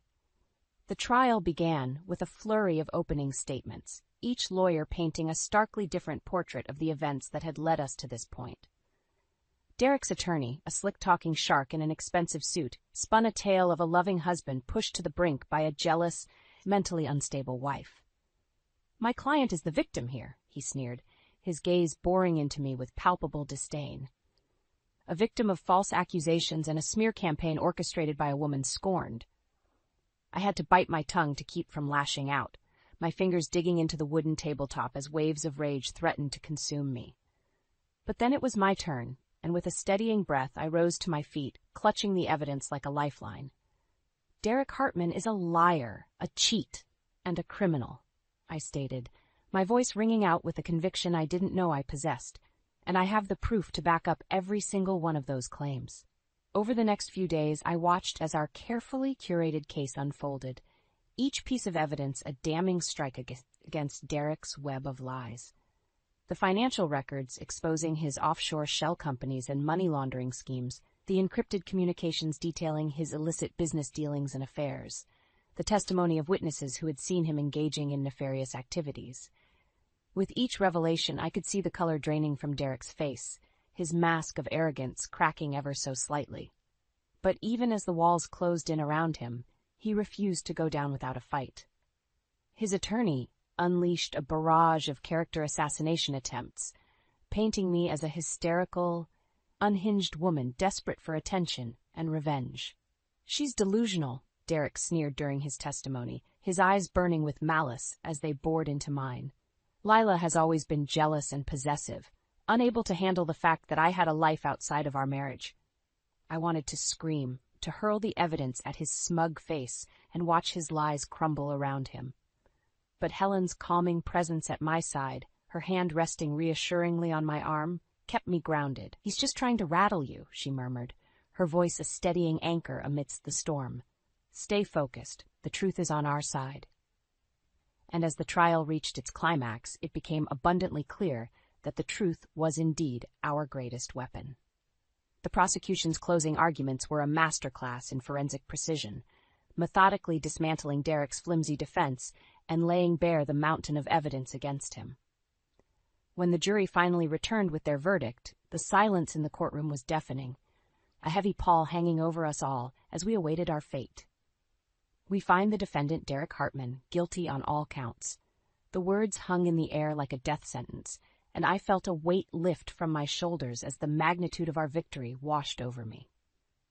Derek, his face contorted in a mask of rage and disbelief, was led away in handcuffs, his threats and curses fading into the distance. It was over. The nightmare had ended, and I had emerged victorious, battered and bruised perhaps, but with my dignity and sense of justice intact. As I embraced Helen and Simon, tears of relief streaming down my face, I knew that the road ahead would be long and arduous. Rebuilding my life from the ashes of Derek's betrayal would be a Herculean task. But for the first time in what felt like an eternity, I felt truly free. Free from the shackles of his lies, his manipulation, and his toxic grip on my life. Derek had made the mistake of underestimating me, of thinking he could crush my spirit and bend me to his twisted will. And he had paid the ultimate price. The courtroom was a battleground, and as I took the stand, I could feel the weight of Derek's vindictive glare boring into me like 1,000 white-hot daggers. "Mrs. Hartman," the prosecutor began, her voice measured and calm, "can you please recount for the court the events leading up to your husband's arrest?" I took a deep breath, willing my hands to stop trembling as I gripped the edges of the witness stand. "It all started with a locked box he gave me on our anniversary," I said, my gaze flickering to Derek's sneering face. A box he claimed held the truth about his secret life. The prosecutor nodded, her expression grave. "And what did you discover when you began to investigate your husband's activities?" "Lies, deceit, betrayal on a scale I could never have imagined." The words tumbled from my lips, each one laced with the bitterness of 1,000 broken promises. Derek had been cheating on me, gambling away our life savings, and engaging in illegal business dealings that put our entire future at risk. A quiet murmur rippled through the courtroom, and I could see Derek's eyes narrow into dangerous slits. "Objection, Your Honor!" His lawyer leaped to his feet, his voice dripping with disdain. "My client's wife is clearly a scorned woman with a vendetta. Her testimony is nothing more than the ramblings of a hysterical, jealous shrew." "Overruled," the judge said, his tone brooking no argument. "Continue, Mrs. Hartman." With a steadying breath, I launched into the sordid details of Derek's misdeeds. The financial records, the encrypted communications, the damning evidence that had been painstakingly compiled over countless sleepless nights. With each revelation, I could see the color draining from Derek's face, his mask of arrogance slipping ever so slightly. But even as the walls closed in around him, he refused to go down without a fight. "You lying bitch!" he snarled, his voice a guttural growl that sent a chill down my spine. "You think you've won, don't you? You think you've taken everything from me?" The courtroom erupted into chaos as Derek lunged across the aisle, his eyes wild and feral as he strained against the bailiffs restraining him. "I'll make you pay for this, Lila," he roared, spittle flying from his lips. "You and everyone who helped you will rue the day you crossed me. Mark my words, this isn't over." As Derek was dragged from the courtroom, his threats and curses echoing in the cavernous space, I felt a strange sense of calm wash over me. The monster I had once loved had finally been unmasked for all to see, his true, vile nature laid bare in all its ugliness. And in that moment, I knew that no matter what he threw at me, no matter what retribution he sought, I had already won. For in exposing his lies and bringing him to justice, I had reclaimed the one thing he had tried so desperately to strip from me: my dignity, my self-worth, my very soul. The days that followed were a blur of legal proceedings and testimony, each moment a testament to the strength and resilience I had discovered within myself. And when the judge finally rendered his verdict, the words rang out like a clarion call of victory. "Derek Hartman, this court finds you guilty on all counts of fraud, racketeering, and illegal business practices. You are hereby sentenced to 25 years in a federal penitentiary with no possibility of parole." As the gavel fell, sealing Derek's fate, I felt a profound sense of relief wash over me. The nightmare was finally over, the demons of my past exorcised in one fell swoop. But even as I basked in the sweet taste of justice served, a part of me couldn't help but wonder what lay ahead. Derek's threats still echoed in my mind, a haunting reminder that the path to true freedom would be paved with even greater obstacles and sacrifices. But as I looked to the familiar faces of Helen and Simon, their unwavering support and friendship a beacon in the darkness, I knew that I had the strength to face whatever challenges awaited. Derek had made the mistake of underestimating me, of thinking he could break my spirit and bend me to his twisted will. And in the end, it was that arrogance, that hubris, that had been his undoing. As I stepped out into the cool evening air, the weight of the past finally lifting from my shoulders, I allowed myself a small, triumphant smile. The battle had been won, but the war was far from over, and I was ready to fight, tooth and nail, for the life and future that was finally, blessedly, mine.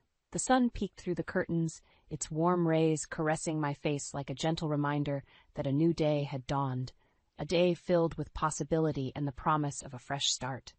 As I lay in bed, my eyes tracing the familiar contours of the bedroom I had once shared with Derek, a sense of peace washed over me. The ghosts of our troubled marriage had finally been exorcised, the darkness banished by the brilliant light of truth and justice. But even as I savored the hard-won victory, I couldn't ignore the whispers of doubt that lingered in the back of my mind. Derek's parting threats still echoed like distant thunder, a reminder that the road ahead would be fraught with challenges and scrutiny. "You'll never be free of me, Lila," he had hissed, his eyes burning with a hatred so visceral it had stolen the breath from my lungs. "I'll make sure you pay for this, one way or another." I shuddered at the memory, but quickly brushed it aside. Derek's words were nothing more than the impotent ramblings of a defeated man, a desperate attempt to cling to the power he had so carelessly squandered. As I rose from bed and made my way downstairs, the weight of his presence seemed to lift from my shoulders with every step. This house, once a prison of his making, was mine once more, a blank canvas waiting to be painted with the vibrant hues of my newfound freedom.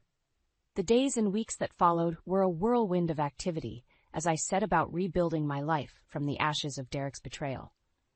With the help of Helen and Simon, I navigated the legal quagmire of dividing our assets, selling the house, and finally severing the last remaining ties that bound me to my past.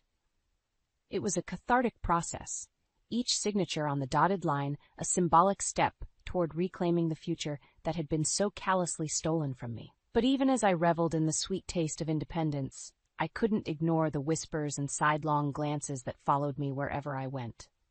"That's the one whose husband went to prison, isn't it?" they would murmur, their voices laced with a mixture of pity and judgment. At first, the scrutiny stung, a bitter reminder of the stigma that still clung to me like a shroud. But with the unwavering support of my true friends, I gradually learned to hold my head high, to wear my hard-won victory like a badge of honor. "They're just jealous," Marianne would say, her eyes sparkling with fierce pride. "You've shown more strength and resilience than any of those gossipy vultures could ever dream of." And so, with my chin held high and my heart filled with newfound purpose, I set about building a life for myself. A life free from the shackles of Derek's lies and manipulation.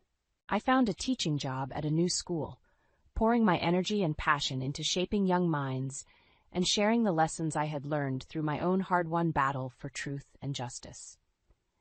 And in my spare time, I began to write, crafting a memoir that laid bare the harrowing details of my ordeal. It was a cathartic process, a way to exorcise the demons of my past while offering a beacon of hope to others trapped in the darkness of abusive relationships. As the final pages took shape, I found myself reflecting on the long, arduous journey that had led me to this point. The heartbreak, the betrayal, the shattered illusions, they had all been necessary steps on the path to my rebirth. Derek had tried his damnedest to break me, to strip me of my dignity and self-worth.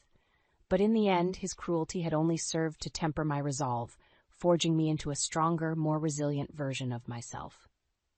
As I put the finishing touches on my manuscript, a sense of profound gratitude washed over me.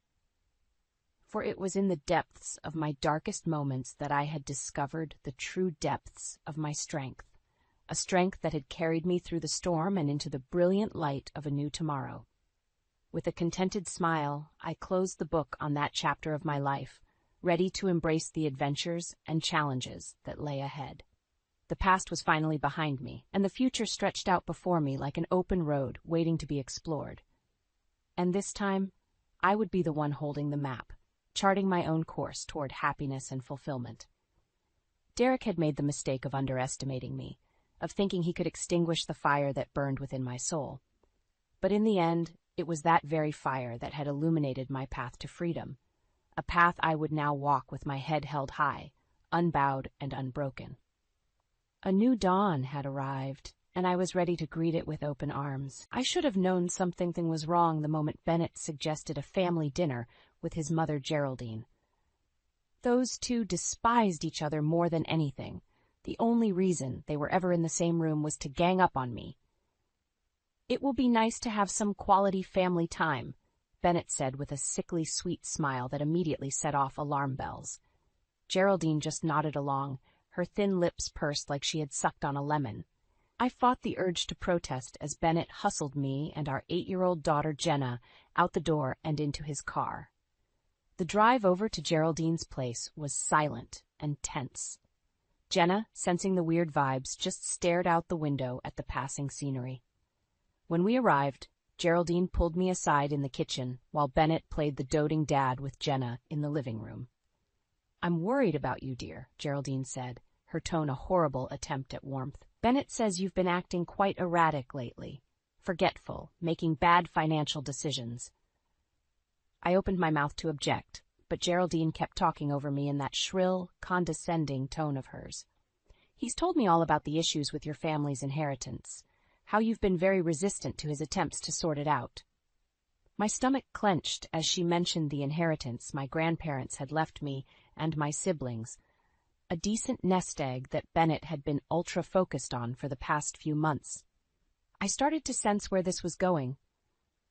"We're just concerned about your mental well-being is all," Geraldine continued, placing a bony hand on my arm that I immediately shrugged off. "Bennett thinks it might be best if you allowed him and I to take over the inheritance matters. We could."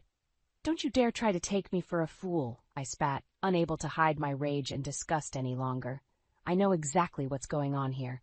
This little dinner, this pathetic act, it's all because you two have been conspiring to steal my inheritance behind my back." Geraldine's face went from fake sugary sweet to sour in an instant. "Now you listen to me, you ungrateful little—" But I was already pushing past her into the living room, where Bennett sat with a confused look on his face. "Get your stuff, Jenna. We're leaving right now," I announced, my voice quivering with anger and betrayal. Bennett stood up, putting his arm around me in a useless attempt at reassurance. "Marla, honey, calm down. Let's not ruin a nice family evening with—" "Save it!" I shouted, shoving his arm off me. "I heard everything from the kitchen. I know what you two have been up to, conniving to take my inheritance." Out of the corner of my eye, I saw poor Jenna cowering on the couch, eyes wide with fear and confusion. It broke my heart, but I was too furious to put on a reassuring face. "Marla, you're being hysterical," Bennett said through gritted teeth, his fake, concerned husband mask slipping. "Let's not do anything rash here." "The only rash thing I've done is trusted you snakes," I shot back. I grabbed Jenna's hand and pulled her off the couch, hurrying us both towards the door as Geraldine and Bennett's voices overlapped with pathetic denials and pleas. I wasn't listening anymore. As we burst out onto the street, I was already formulating my plan. Those two wanted to play dishonest games and try to take what was rightfully mine? Fine. From here on out, I would be watching their every move, gathering all the evidence I would need to expose them and make them pay for their betrayal. It was the only way I would be able to win this war they had brought into my home, and I didn't intend to lose. The rage simmering inside me kept me awake long into the night after the disastrous dinner at Geraldine's. I tossed and turned beside Bennett's snoring form, my mind racing over all the times he and his vile mother had likely been mocking me behind my back and plotting to rob me blind. As the gray light of dawn seeped through the curtains, I found myself getting quietly dressed and creeping out of the bedroom. I needed to start collecting evidence of their deceit before Bennett and Geraldine tried covering their tracks. In the home office, I booted up Bennett's computer and started digging through his emails, documents, web history, anything that could provide a link to their schemes regarding my inheritance money. I typed furiously, copying incriminating messages and financial records into a new encrypted folder. "What are you doing?" I nearly jumped out of my skin at the sound of Bennett's groggy voice behind me. He squinted suspiciously at the computer screen over my shoulder. "Nothing," I lied, quickly minimizing the windows. "Just catching up on some work emails." "At 5 a.m. on a Saturday?" He raised an eyebrow. I shrugged, keeping my expression neutral. "You know how dedicated I am." "Right," Bennett said slowly, clearly not buying it. "Well, I'm making breakfast if you want." "That's okay," I cut him off, rising stiffly from the chair. "I'm actually heading into the office for a bit. I've got a big project I want to spend some time on." The lie came easier than I expected. I just hoped Bennett couldn't see the deception burning in my eyes as I brushed past him out of the room. Over the next few weeks, I became a master of covering my tracks and putting on an Oscar-worthy performance.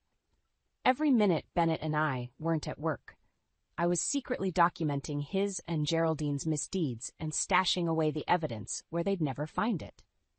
I installed hidden cameras and microphones all over the house to catch their conspiracy conversations. I scanned boxes of old files and records anytime they left me alone. I subscribed to fancy data storage services with multi-level encryption to back everything up remotely where they couldn't get to it. Keeping up the charade of being a happy, oblivious wife and mother to poor Jenna was the hardest part. My heart broke a little more each time Bennett or Geraldine would make snide comments in front of her about me being ditzy or incompetent.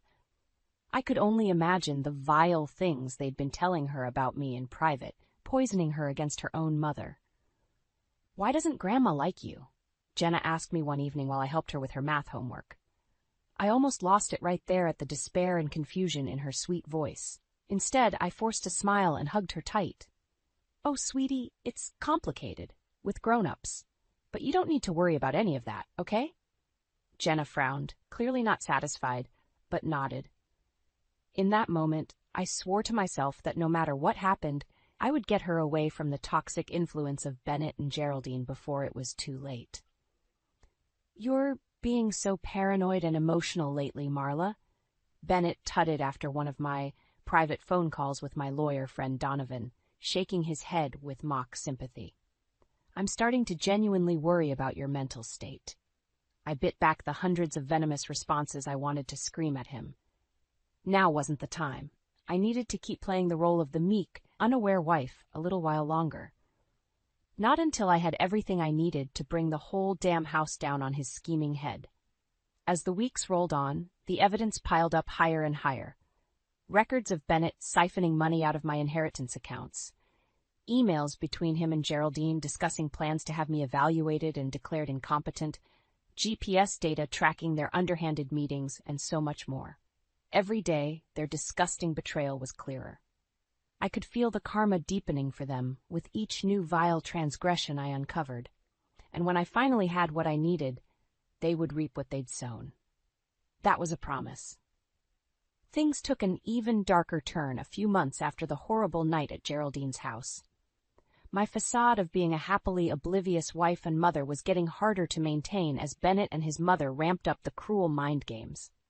"You want to be careful with your spending, dear," Bennett said over breakfast one morning, eyeing me with fake concern as I poured my coffee. "I'm afraid you haven't been managing our finances too well lately." I shot him a look but stayed silent and continued eating. "Don't take the bait," I told myself. "Don't give them the satisfaction." "In fact," he continued, an oily smirk creeping across his face, "Mother and I were just discussing maybe taking over the household accounts for a while, at least until you get your scattered brain back in order." My fork stopped midway to my mouth as I processed his words. "Excuse me?" "Well, you have been terribly forgetful and making poor decisions," Geraldine cut in, patting my hand in a sickening grandmotherly way. "We're just worried about you, that's all." I jerked my hand away from her bony grasp in revulsion. "I don't need you two idiots monitoring my every move under the guise of concern. I'm doing just fine handling things myself." Bennett clucked his tongue, shaking his head. "There's no need to get defensive, Marla. We're simply trying to help relieve your burdens while you get your head on straight." "I didn't ask for your damn help," I snapped, the anger suddenly boiling over. "And I sure as hell don't need my moronic excuse for a husband and his gremlin mother trying to take control of my life." Jenna froze in her chair at the sharpness of my tone, her eyes going wide. The wounded look on her sweet face hit me hard, but not as hard as what Bennett said next. No wonder your own parents took off and left you with strangers to raise." His lips curled in a cruel smile as I flinched. With an unstable attitude like that, who could blame them? My pulse was thundering in my ears as a wave of white-hot humiliation washed over me. I stood up so abruptly, my chair skidded back on the hardwood with a screech. "You smug, ugly son of a bitch!" "Whoa, whoa!" Geraldine screeched, jumping up and positioning herself between Bennett and me, like I was about to throw a punch. "Is this any way to behave in front of the child?" The vein in her forehead throbbed as she gestured wildly towards Jenna, who was huddled in terror by this point. I felt a pang of shame, at the same time as a towering, righteous fury towards Bennett and his evil mother. "You're going to terrify that sweet girl," Geraldine sneered, her voice dripping with condescension. "What kind of sicko traumatizes their own kid like that?" That was it. I couldn't take another second of their hateful presence. I stormed away from the table, bumping roughly against both of their shoulders as I went. I heard Geraldine squawk in outrage, but didn't pause or look back. Moments later, I was outside with the front door slammed behind me. Shaking with rage, I leaned back against the siding, breathing hard, when I heard the sounds of soft crying drifting from Jenna's open bedroom window above. My heart shattered all over again as it really hit me. Not only were Bennett and Geraldine trying to rob me blind financially, but they were poisoning my baby against me with their wicked lies and manipulation, turning her against her own loving mother. I closed my eyes, feeling the weight of true despair descend over me. What a mess I'd gotten us into by marrying into this family of scumbags. For Jenna's sake, I should have gotten us both out of there the second I discovered their schemes. But I was in too deep now, blinded by a thirst for vengeance on the monsters who betrayed us. As I replayed the crushing scene from this morning over in my mind, I vowed that from here on out, I wouldn't let Bennett and Geraldine break me down, no matter how cruelly they tried to provoke me. From here on out, I would hit back harder than ever before. It was the only way to finally, truly protect Jenna and burn those twisted sociopaths' whole pathetic world to the ground. After the disastrous breakfast blow-up, I found myself driving aimlessly around town just to get away from that toxic house and the poisonous influences of Bennett and Geraldine. My hands gripped the steering wheel so tightly that my knuckles turned white as the confrontation played over and over in my mind. I needed to talk to someone about this escalating situation before I did something rash that I might regret. Preferably someone who could give me professional legal advice on how to handle the scheming snakes trying to rob me blind. My friend Donovan's face flashed in my mind. The quick-witted law school buddy who had helped me out of a few jams back in our starving student days. Despite now working at a fancy corporate firm, he always made time for me when I really needed an ear or assistance. I hit his number on my hands-free car speaker before I could second-guess myself. Well, if it isn't my favorite accountant calling out of the blue. Donovan's jovial voice crackled over the line. What fresh hell has the world of high finance cooked up for you this time? Can you meet me for coffee? Like right now? I blurted out, realizing how frazzled I sounded. It's important. There was a brief pause, then Donovan's tone turned serious. Everything okay, Marla? Not really, I admitted thickly, feeling tears starting to well up. My deadbeat husband and his succubus mother have been plotting to steal my inheritance and manipulate me into handing it over. Things are escalating fast. Jesus, Donovan muttered, anger creeping into his voice. Okay, give me 20 minutes to wrap up what I'm working on. I'll meet you at that cafe by my office. We can talk it all through. True to his word, Donovan was at the cafe within the half hour, trademark messy hair and lopsided grin firmly in place as he slid into the booth across from me. Lay it all out for me, Ace. What kind of shady games are Bennett and the Wicked Witch playing at? I spent the next hour recounting everything. The initial revelation about the inheritance scheme, catching their conspiratorial conversations on tape, their escalating mind games and cruel psychological torment. Donovan's easygoing expression turned more grave with each ugly detail I revealed. And you have solid evidence backing all this up? He asked seriously when I finished. Documentation, recordings, everything? I patted the secure drive I'd brought containing my meticulously gathered insurance files. Everything.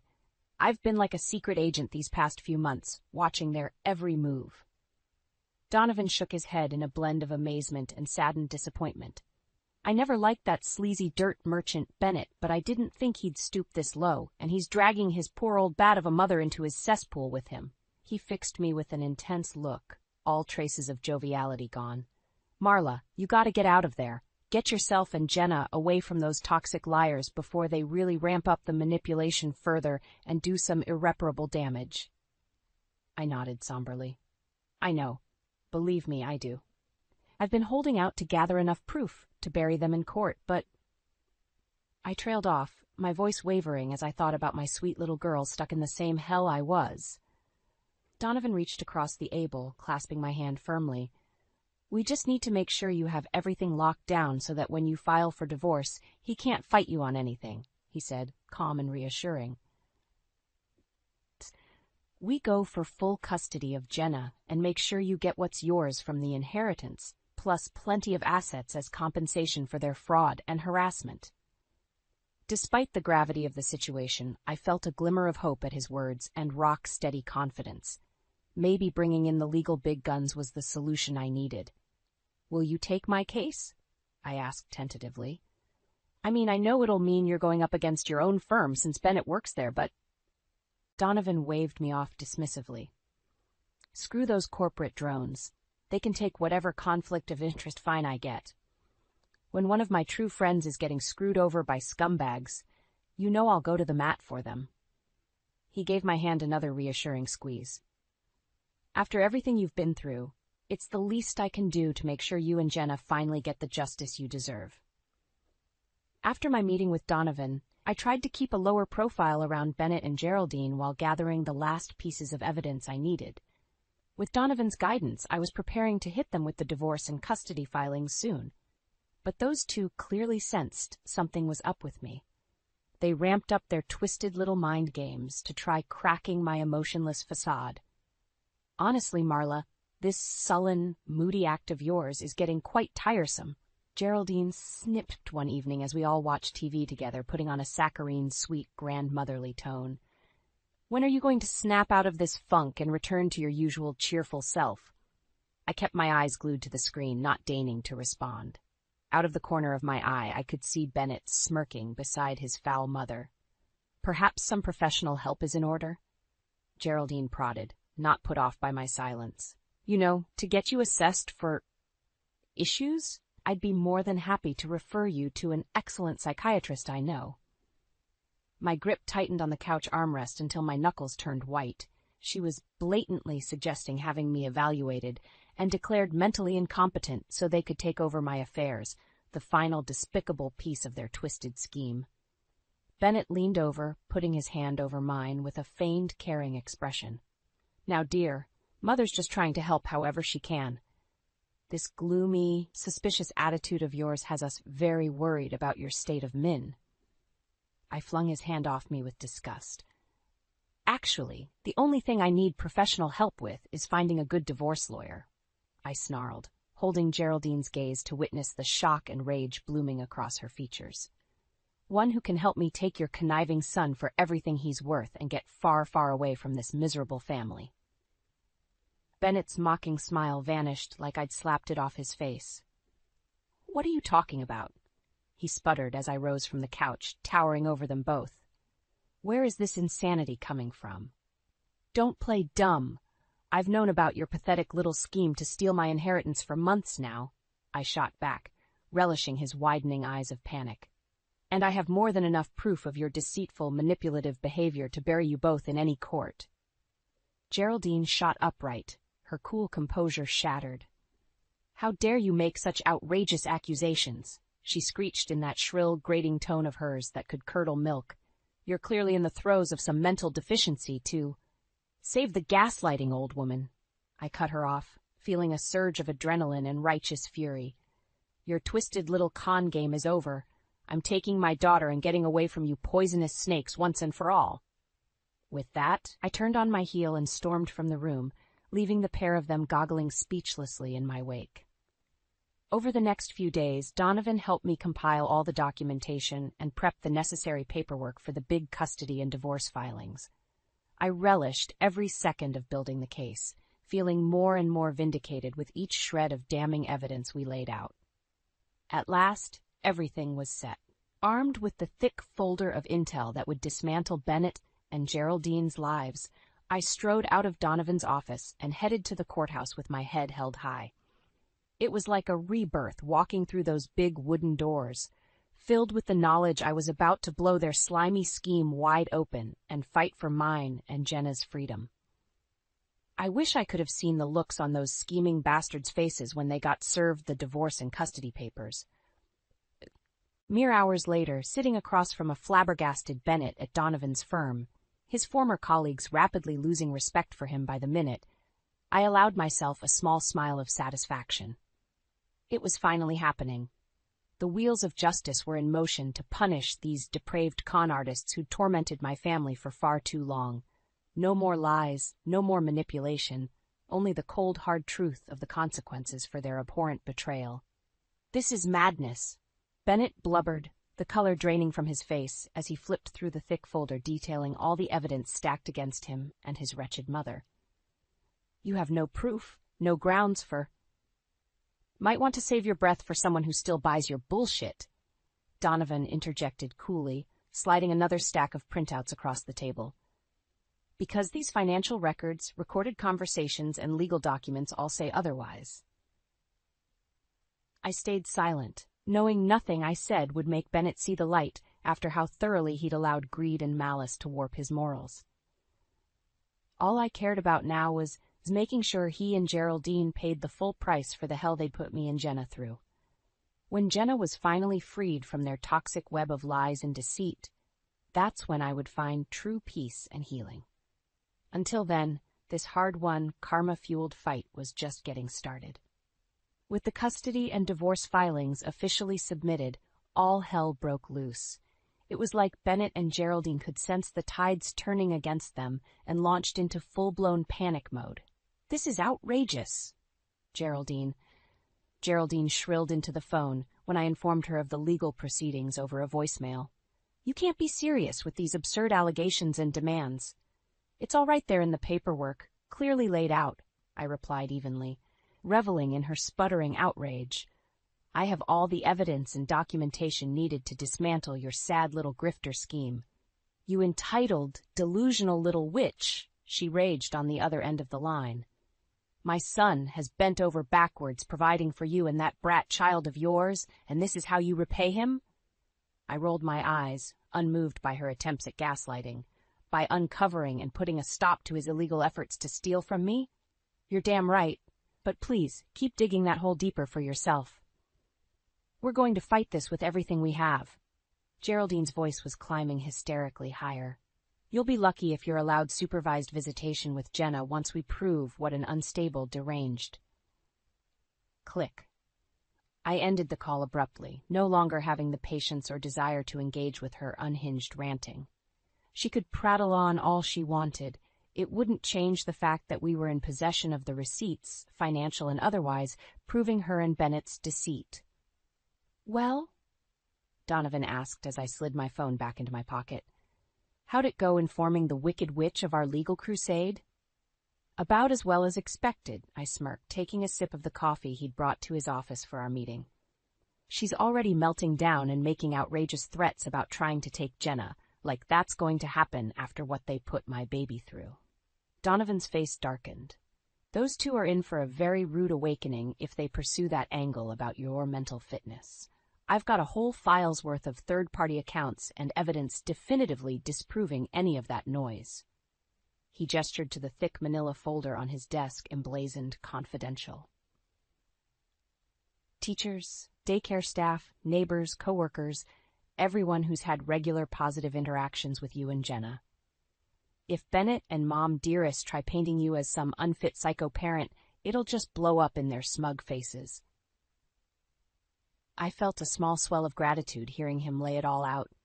Donovan was really going to war for me in making sure those conniving assholes got what they deserved. Just wait until we enter all those recorded convos and incriminating texts into evidence, I replied with grim satisfaction.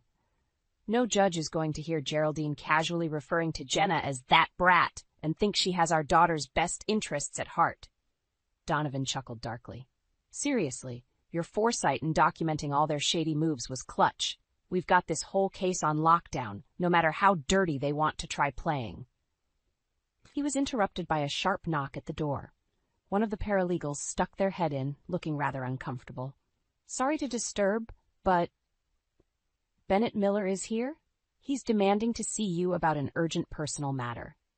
Right on cue, the smarmy snake himself appeared, shoving his way past the paralegal into Donovan's office with his typical audacious swagger. You son of a bitch, he roared immediately upon seeing me, his face flushed a blotchy crimson. How dare you try to carry out this pathetic little stunt against me and my family? I quirked a single eyebrow, completely unfazed by his bluster. That's no way to greet the mother of your child in a professional setting, Bennett. Oh, cut the self-righteous bullshit, he spat, slamming his hands down on Donovan's desk hard enough to rattle everything on its surface. I know you've been conniving and plotting this whole divorce ambush for months now, behind my back. Donovan cleared his throat warningly. I'd be very careful about the accusations you make in this office, Miller, especially given the hard proof we've compiled about your own underhanded actions and intent. Bennett whirled on him, eyes wild and bugged out like a cornered animal. Is that what she's been telling you, Donovan? Spinning her twisted stories about me and Mom trying to manipulate her somehow? Enough of this, Bennett. I cut back in sharply, feeling my own anger rising at his pathetically desperate, feigned ignorance. We have concrete, undeniable proof of you two hatching plans to defraud and gaslight me out of my inheritance money. It's all right here. I thumped my hand down on the damning evidence folder in front of him. Bennett recoiled almost comically, as if it were a venomous snake about to strike. Those are barefaced lies, and you know it, he shouted, spit flying from his mouth as his face contorted with rage. You're just looking to turn everyone against me out of your own selfish greed. Selfish greed? I scoffed, almost unable to believe he was trying to turn this around on me after everything. That's rich coming from a lowlife trying to embezzle from his own wife. You make me sick. Before Donovan or I could say anything else, Bennett let out an incoherent roar of fury and suddenly seized a heavy crystal paperweight from the desk, raising it high above his head as if to bring it crashing down on mine. Whoa, whoa! Donovan bellowed, lurching in front of me with his hands raised defensively as Bennett raged with wild eyes. Put that down right now, before you do something unforgivable here. After Bennett's unhinged outburst in Donovan's office, an uneasy calm settled over the next few weeks as we awaited the initial court dates. Geraldine suddenly went radio silent, likely rethinking her previous strategy of hurling juvenile insults and threats my way. I could only imagine the panicked strategizing happening between her and her equally cornered son behind closed doors. On the other side, Donovan and I continued steadily compiling even more evidence and testimonies to mount an airtight custody case, ensuring Jenna stayed firmly in my care, far away from their toxic influences. My heart ached whenever I saw the toll their escalating mind games had taken on my sweet girl's psyche. "Why does Daddy hate you so much?" she asked me one evening as we cuddled on the couch watching cartoons, a welcome temporary refuge from the family drama. I hugged her small frame tight against me, struggling against a surge of tears. "Oh, sweetie, Daddy doesn't hate me. Not really. He's just very angry and confused about some grown-up things right now." Jenna frowned, clearly not satisfied with that explanation. "But why does he have to be so mean all the time? And why does Grandma call you those awful names when she thinks I can't hear?" My jaw clenched at that. So the truth was, Jenna had already been exposed to far more of their venom and manipulation than I'd realized. A renewed sense of determination to protect her welled up inside me. "Listen to me," I said firmly, tilting her small face up so our eyes met. "No matter what happens, no matter what anyone says, I will always, always love you more than anything. You're my whole world, Jenna. Please never doubt that." Her small brow crinkled, but she nodded solemnly. In that moment, I silently rededicated myself to ensuring those twisted, evil con artists could never again poison her mind against her own mother. No more deceptions, no more abuse. Things were about to change. A few days later, I was scheduled to bring Jenna with me for a court-ordered child interview, one of the first big preliminary hearings that would ultimately decide her custodial fate. Donovan had been fully preparing us both, advising Jenna to simply be herself and tell the truth about anything she was asked regarding her home life and family relationships. "Just remember, sweet pea, this isn't about getting anyone in trouble, okay?" he told her kindly as we waited in the courthouse anteroom. "It's just about making sure you get to live in the best, healthiest environment possible, one without people treating you badly or lying to you."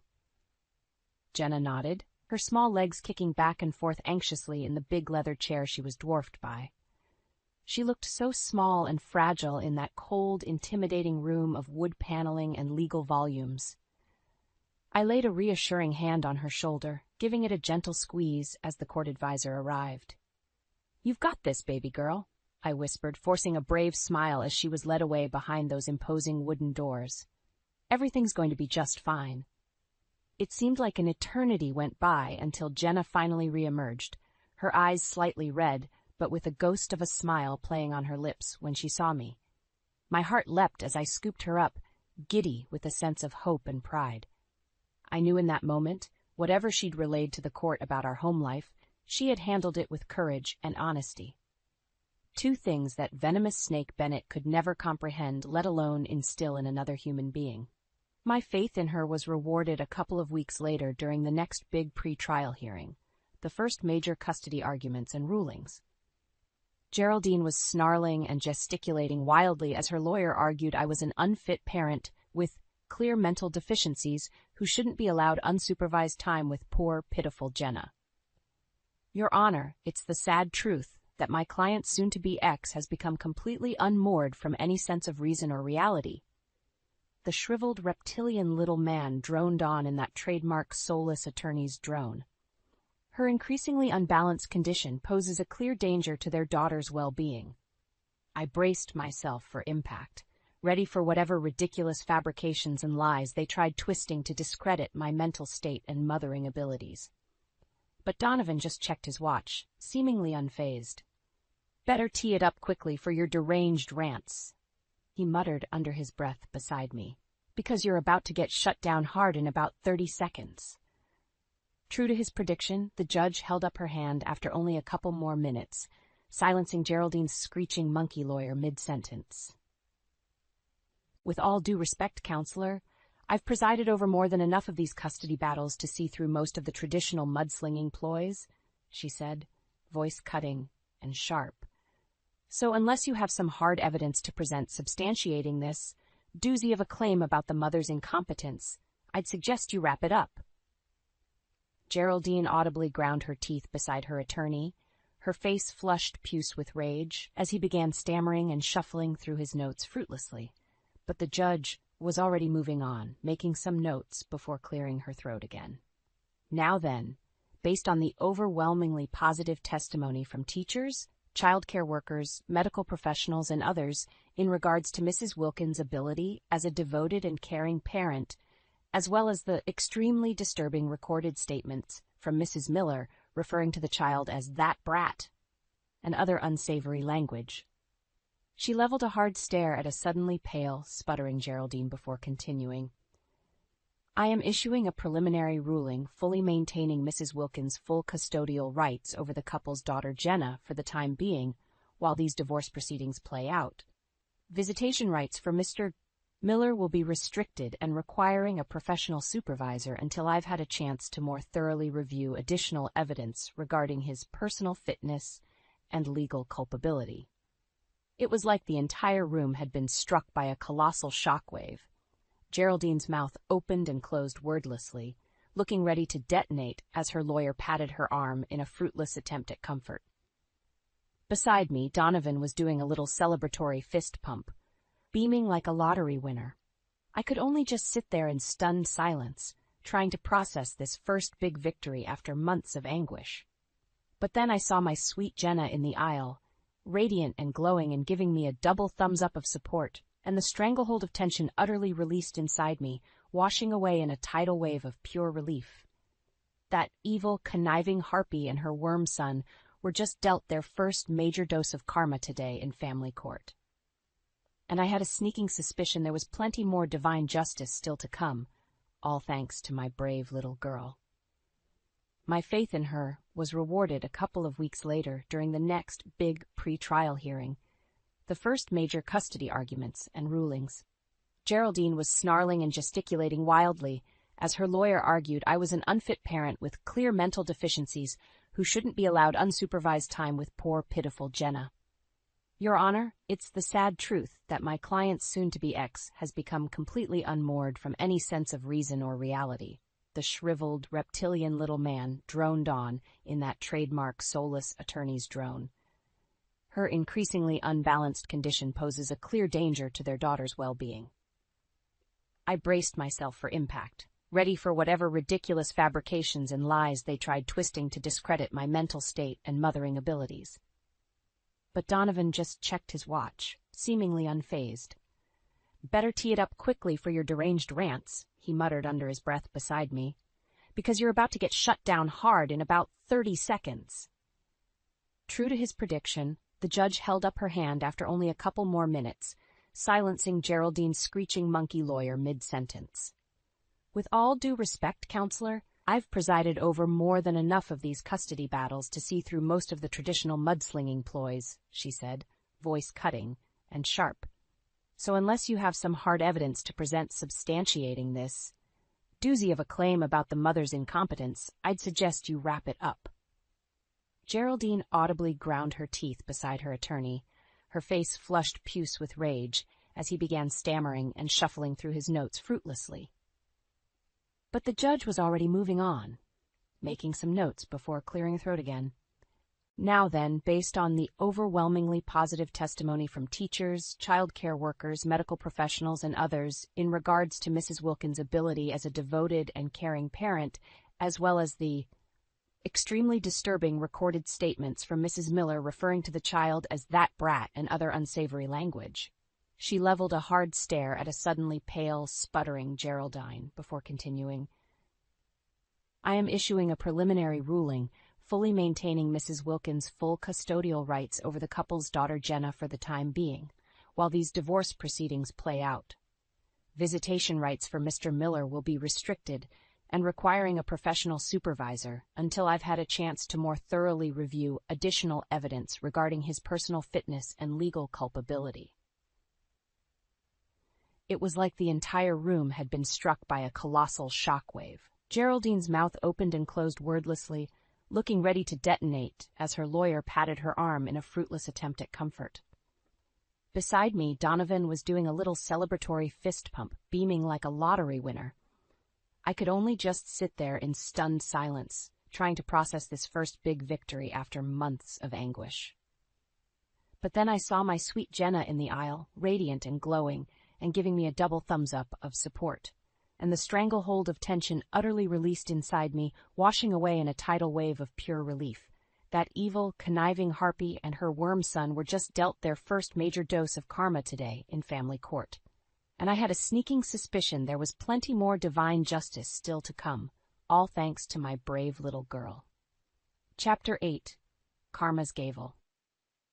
Despite the damaging preliminary custody rulings against them, Bennett and Geraldine continued to posture and bloviate right up through the final official divorce and asset division trial dates.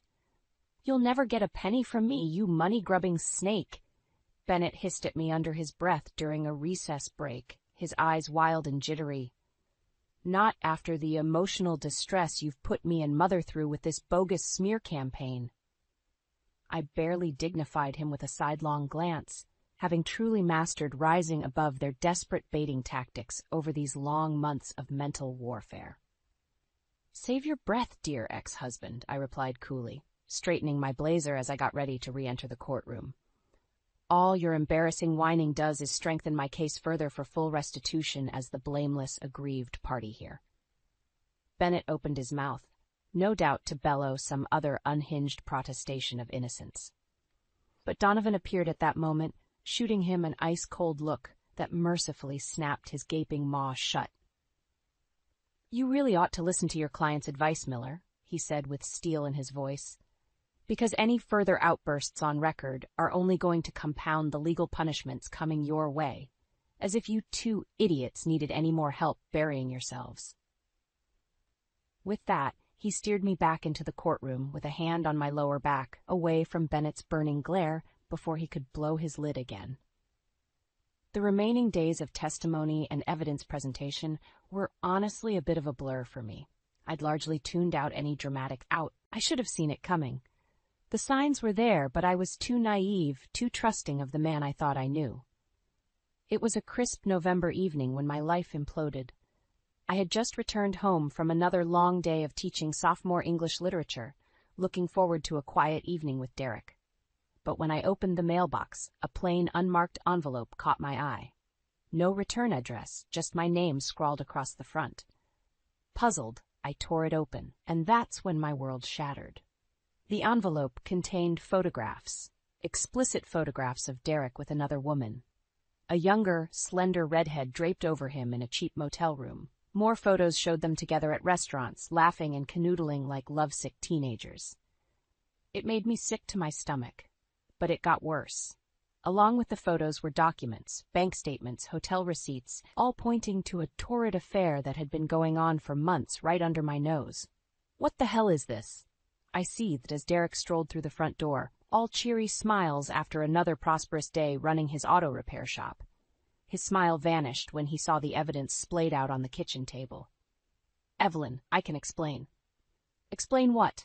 I roared, rage and betrayal boiling over. I grabbed the photos and flung them in his face. "That you've been lying and cheating on me? With this scarlet hussy?" Derek recoiled, eyes widening with panic. "No, baby, you've got it all wrong. Those photos, they're not what they seem." "Not what they seem?" I let out a hollow, mirthless laugh. "So you're saying these bank statements detailing your motel liaisons are forgeries? The phone records showing you two talking for hours until the early morning are faked?" He opened his mouth, but no words came out. Caught in his tangled web of deceit, he simply gaped like a fish gasping for air. "I want the truth, Derek." My voice was low, deadened by the heavy shroud of despair cloaking me. "All of it, no more lies." After an agonizing silence, he finally spoke in a hoarse whisper. "Evelyn, I'm so sorry. You're right. I've been having an affair with Miranda for almost a year now." His eyes dropped in shame. "I never meant to hurt you." I zoned out as he babbled his pathetic excuses and empty platitudes. The man I had loved, trusted, and sacrificed so much for had been living a sordid double life right under my nose. My best friend, my partner, my everything. gone in an instant with his admission of guilt. This wasn't just a random fling. This was calculated betrayal, both emotionally and financially. For over a year, he had been stealing from me. My money, my heart, my future, all a lie. As I stood there numb, the dam of hurt and fury rising within me, one thought crystallized with terrifying clarity. Derek Jordan has awoken a vengeful storm, and by the time I was through with him, this snake would be crushed beneath my heel. I would make sure of it. The old naive Evelyn was dead, and the woman staring back at me in the mirror, jaw clenched in icy determination, would stop at nothing to regain what was rightfully hers. "So that's your excuse?" I spat, Derek's feeble apology still ringing in my ears. "You never meant to hurt me?" Derek opened his mouth to respond, but I cut him off with an icy glare. "Don't even try to deny it. The evidence is right here." I shoved the incriminating photos and documents against his chest. "I want the full truth, right now." Shoulders slumping in defeat, he finally nodded. "Okay, you deserve to know everything." Over the next torturous hour, the sordid details of his betrayal came pouring out. Derek confessed to meeting his mistress Miranda at a conference over a year ago. What began as a drunken fling soon spiraled into a full-blown affair, complete with secret rendezvous at sleazy motels and extended business trips. "We were just having fun at first," he mumbled, but the excuse made me shake with revulsion. Then things got complicated. "So that's your justification? A fling that got complicated?"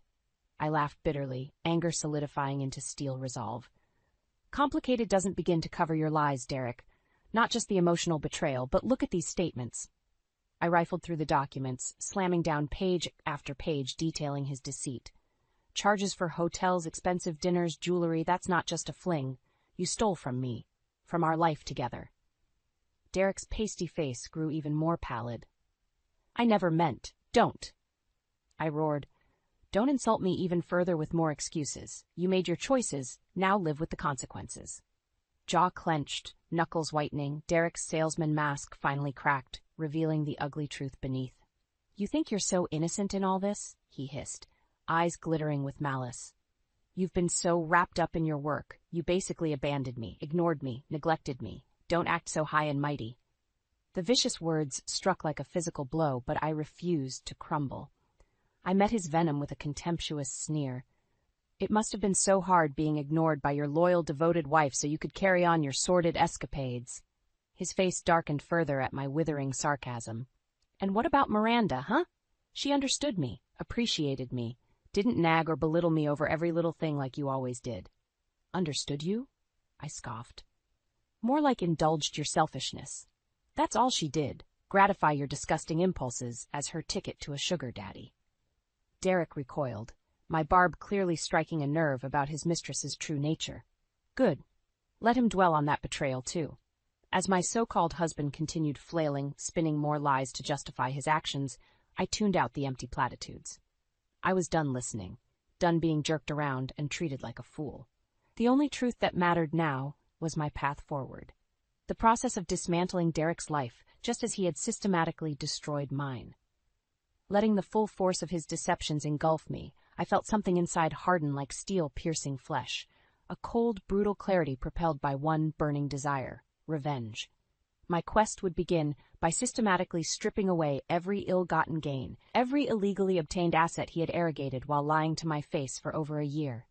Every dime he siphoned away from our life would be clawed back through the courts, and every shred of his false prophet reputation would be shredded to ribbons. Once I had regained all he stole, my money, my security, my dignity, then I would discard Derek's husk like the worthless, faithless snake he was. In time, I would leave his ruined life behind me as a fading speck in the rearview mirror. But first, he would suffer the consequences. All of them. The next morning I awoke with a pounding headache, but a renewed sense of purpose. While Derek had undoubtedly spent the night wallowing in self-pity at some seedy motel with his mistress, I had a plan to set in motion. First, I consulted Francine Harper, a high-powered divorce attorney known for her shark-like tenacity. Sitting ramrod straight in her sleek downtown office, she listened intently as I recounted every sordid detail of Derek's betrayal. When I finally fell silent, Francine flashed a predatory smile. "Well, it seems your husband has dug himself into quite the legal quagmire." I nodded, jaw clenched. I want to take him for everything he's worth. The house, his business, finances, the whole 9 yards. Francine's smile widened with feral delight. Music to my ears. With the clear documentation of infidelity and his financial treachery, legally separating your marital assets will be child's play. She steepled her fingers, ice-blue eyes glinting. We'll bleed him dry, Mrs. Wilson. A hard knot of vindictive satisfaction settled in my chest. Please call me Evelyn. Next, I tracked down Miranda's address, a garish pink stucco McMansion in the ritzier side of town. I had to see the woman responsible for upending my life, the she-snake who had seduced and betrayed my husband right alongside him. Bracing myself, I rang the doorbell. After a moment, Miranda answered, makeup impeccably applied, but her hair still tousled from, well, I tried not to dwell on what she'd been up to. Evelyn Wilson, she purred in a thick Spanish accent, looking me up and down like a prize heifer at a county fair. I wondered when you'd come calling. I refused to be thrown by her blatant attempt to shake me. We need to talk, I said coldly. Oh, one perfectly shaped eyebrow arched upwards. And what could we possibly have to discuss? Leveling her with an icy stare, I didn't mince words. Derek told me everything about your dalliances, the lies, the money trail, all of it. Instead of contrition, Miranda merely chuckled, her full lips curving into a smirk. Did he admit what a pathetic, simpering dog he's become? Virtually bankrupt, juggling debts from his failing business and expensive gifts for Moy? My blood boiled at her arrogant, dismissive tone. Is that all you have to say? After destroying my marriage, my family? Miranda shrugged, perfect shoulders rising in an elaborate shrug. Your marriage was already over, Evelyn. Derek just needed a little push to realize his potential beyond the dull, drab existence you trapped him in. I fought the urge to slap the insufferable smirk from her face. You're delusional, both of you. Am I?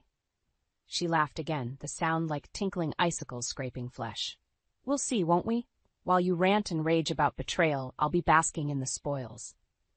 With a wink, Miranda blew a mocking kiss and slammed the door, leaving me to stew in fresh waves of anger and humiliation. So much for getting answers. The conniving witch had clearly deluded herself into believing Derek's absurd lies, too. Fine. If that's how they wanted to play it, so be it. As I fumed on Miranda's ostentatious front porch, a hard kernel of determination took root. Derek and his mistress believed themselves the ultimate con artists, stealing away lives and fortunes through guile and backstabbing. They had severely underestimated their opponent. From this point on, I would match their deceptions tit for tat with uncompromising resolve. If they wanted to wallow in delusion, I would drag them kicking and screaming into the harsh light of consequences. Every deceit compounded, every dirty secret aired, until their precious house of lies lay in smoldering ruins around them. They had awoken a vengeful fury, and I would not stop until I had dismantled their tawdry fiction piece by agonizing piece. Starting with Derek's business and their twisted falsehoods about our marriage. With a sharp nod, I turned on my heel and marched towards my car, mentally mapping out my next confrontations and strategies. There would be no more tears or recriminations, only the systematic destruction of the intricate web they had spun. It was time to fight fire with fire, and this was just the spark to ignite the inferno. With Francine Harper's legal expertise and my own thirst for vengeance fueling me, I refused to waste another moment. It was time to go on the offensive against Derek and his mistress. My first mission, rally allies to my cause, and undermine Derek's standing in our community. The man who was once regarded as a reputable business owner and husband was about to become a social pariah. I started by reconnecting with old friends from the neighborhood that Derek had gradually alienated over the years with his arrogance and greed. Inviting them over one by one, I revealed the full sordid truth about his affair, laying out the incriminating evidence in stark detail. Shock and outrage spread across their faces with each new revelation. But as their disbelief turned to fury on my behalf, I could see their resolve strengthening as well. That low-life snake! Jack Milner, my neighbor across the street, slammed his fist on the table hard enough to rattle the china. After all the times he conned folks with his schemes, this is a new low, even for Derek. What a dirtbag, his wife Patty chimed in, venom dripping from her words. Using you like that, stealing from your own household? I'll spread the word, Evelyn. That pig is finished in this town. One by one, my neighbors, including those I had drifted from during Derek's ascent as a wealthy businessman, vowed to stand by my side.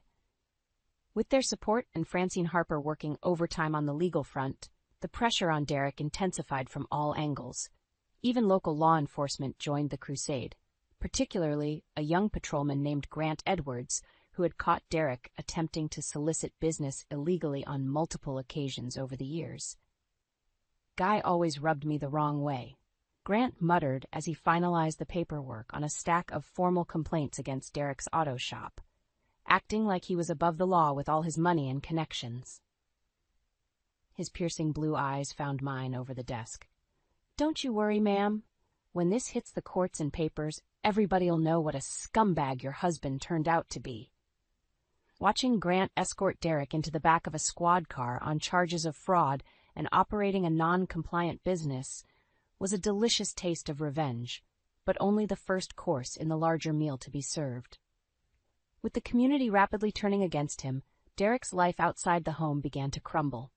Old clients stopped bringing their cars in for service at his shop, costing him thousands in revenue. His sleazy reputation traveled fast, culminating in vendors and lenders abruptly canceling contracts and lines of credit. I could have relished seeing Derek's animalistic panic and desperation as his precious success story collapsed around him. But that would have been a small, short-sighted victory. Instead, I calmly watched the dominoes topple, biding my time until I could rip away the last vestiges of the lie he called our marriage. Derek and his mistress may have thought they were pulling a long con, playing us all for fools. How deliciously ironic that the most elaborate fiction was the sham of a life he had fabricated around me.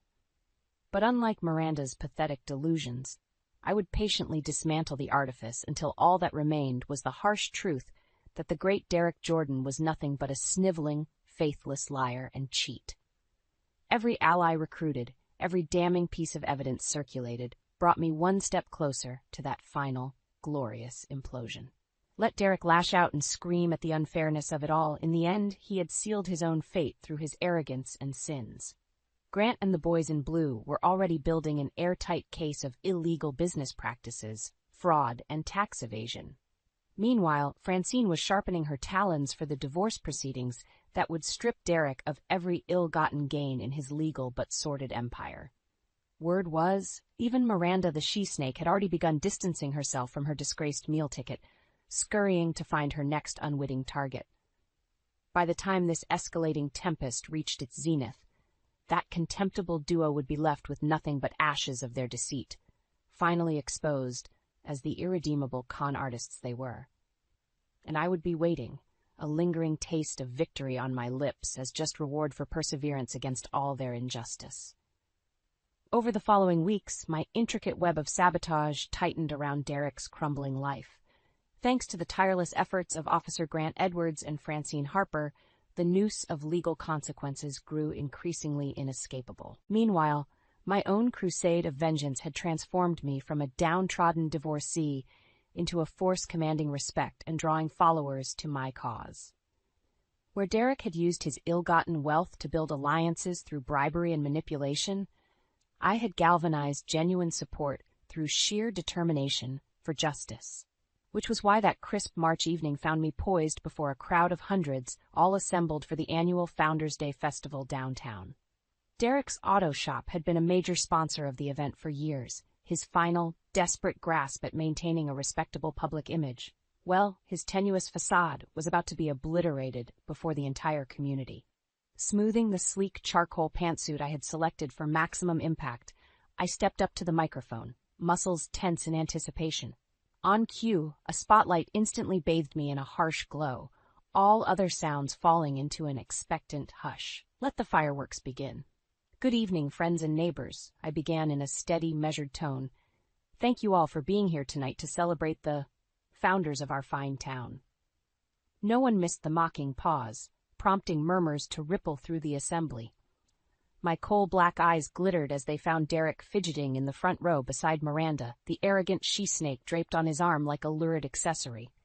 Plastering on a serene smile, I continued.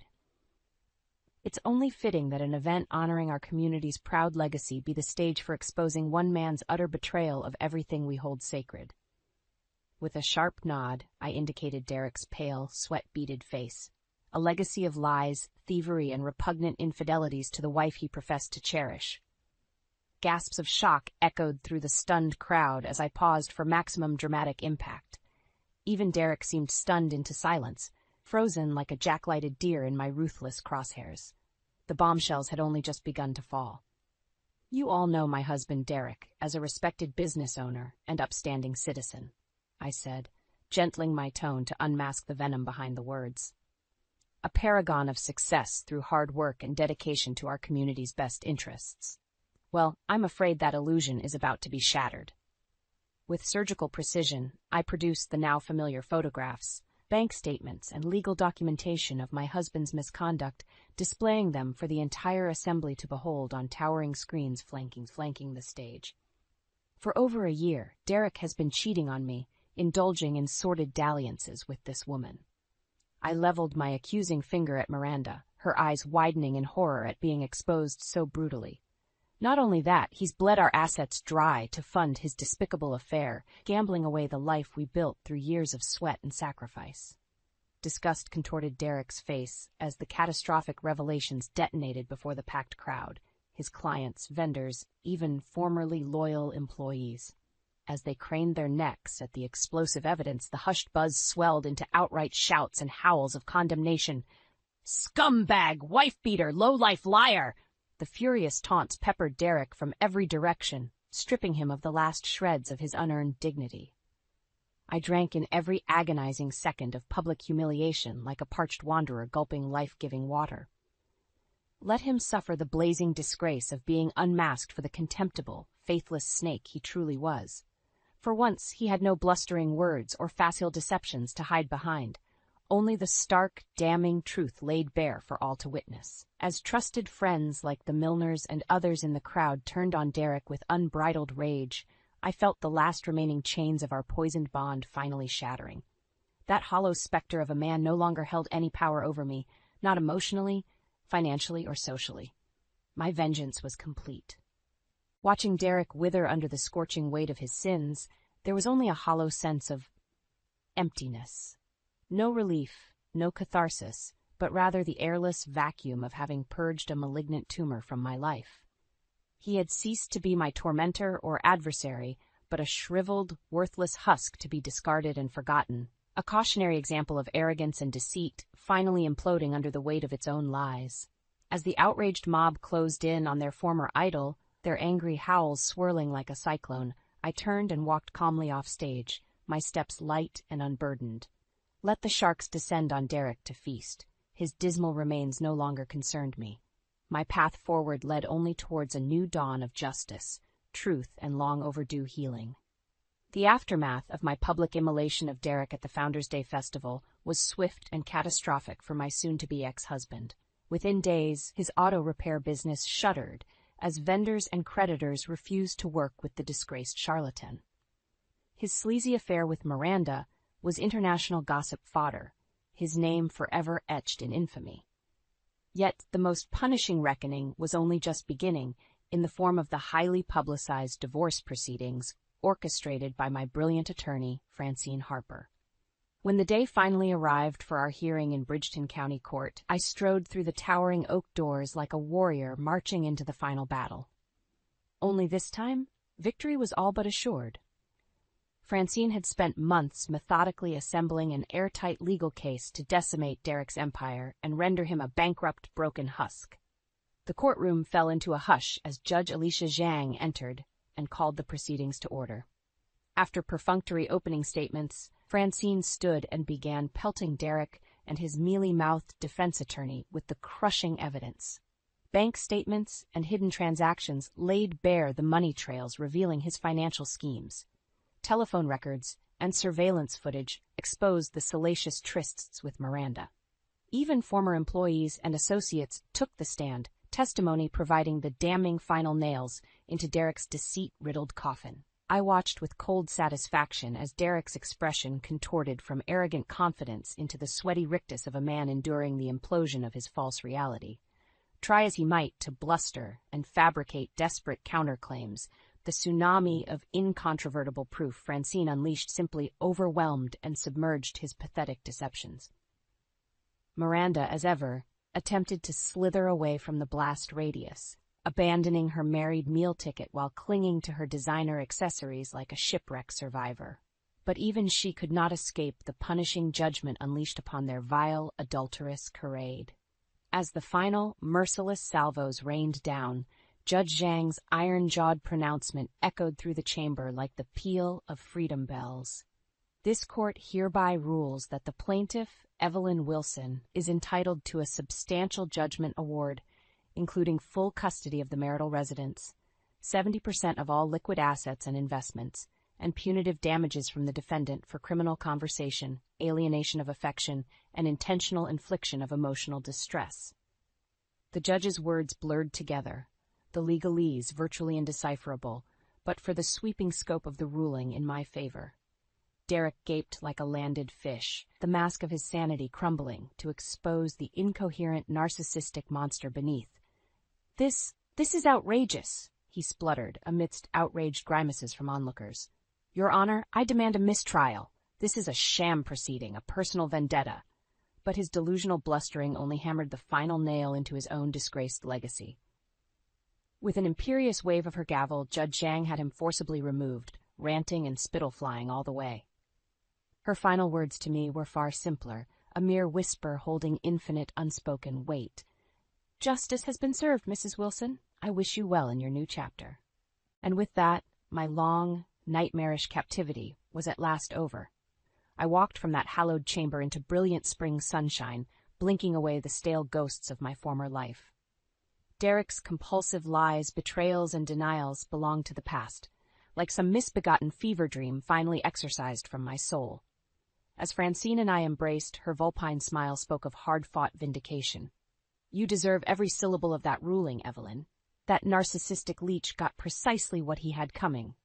I nodded, the realization washing over me in waves. It's over. After everything, he has nothing left to ruin or contaminate. A bracing laugh formed in my throat, building to a mirthful crescendo of rebirth. He's just emptiness, a void to be forgotten amidst the new horizons ahead. Tears of joy mingled with ones of sorrow, a baptism into the vast unknown awaiting me. Ambition long suppressed of hopes deferred for too many years, all stretched out in a shimmering future unencumbered by Derek's toxicity. As Francine ushered me to her sleek town car, I felt lighter than I had in decades, my spirit unburdened, soaring on the thermals of long-overdue liberation. The seismic tears in my life's fabric would scar, surely, but they would mend in due course. The woman reborn from the ashes of deceit would persevere, as she was always destined. My rebirth was nigh, and I would greet it with open arms, basking in the light of justice achieved and endless possibility ahead. In the days following my legal annihilation of Derek in divorce court, I waited for the inevitable backlash. The narcissistic beast, having been caged and defanged by the justice system, would surely lash out with one final tantrum of rage before descending into well-deserved obscurity. I didn't have to wait long. A little over a week after the ruling, I returned home from stocking up on renovation supplies for my newly reacquired house to find Derek's snarling visage pressed against my kitchen window. Sweat stained his crumpled shirt, his hair disheveled and eyes wild with desperation. You vicious harpy! He slammed a meaty fist against the glass, gaps in the closed blinds punctuating his muffled shouts. You want to see me ruined so badly? Is that what you want? I stared at the pathetic display with weary disdain. Get off my property, Derek. You lost your right to darken my door when you betrayed me. Lost my rights? He barked out a harsh laugh. You took everything from me, my business, my money, my entire life. I hope you're happy taking everything, leaving me a beaten dog out on the streets. Don't give me that self-pitying drivel, I snapped, refusing to be cowed. You made your choices.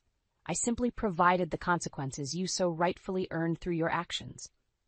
Growling incoherently, Derek wrenched open the flimsy screen door and began pounding on the inner windows, veins bulging in his flushed temples. You cut off my bank accounts, got the police raiding my shop.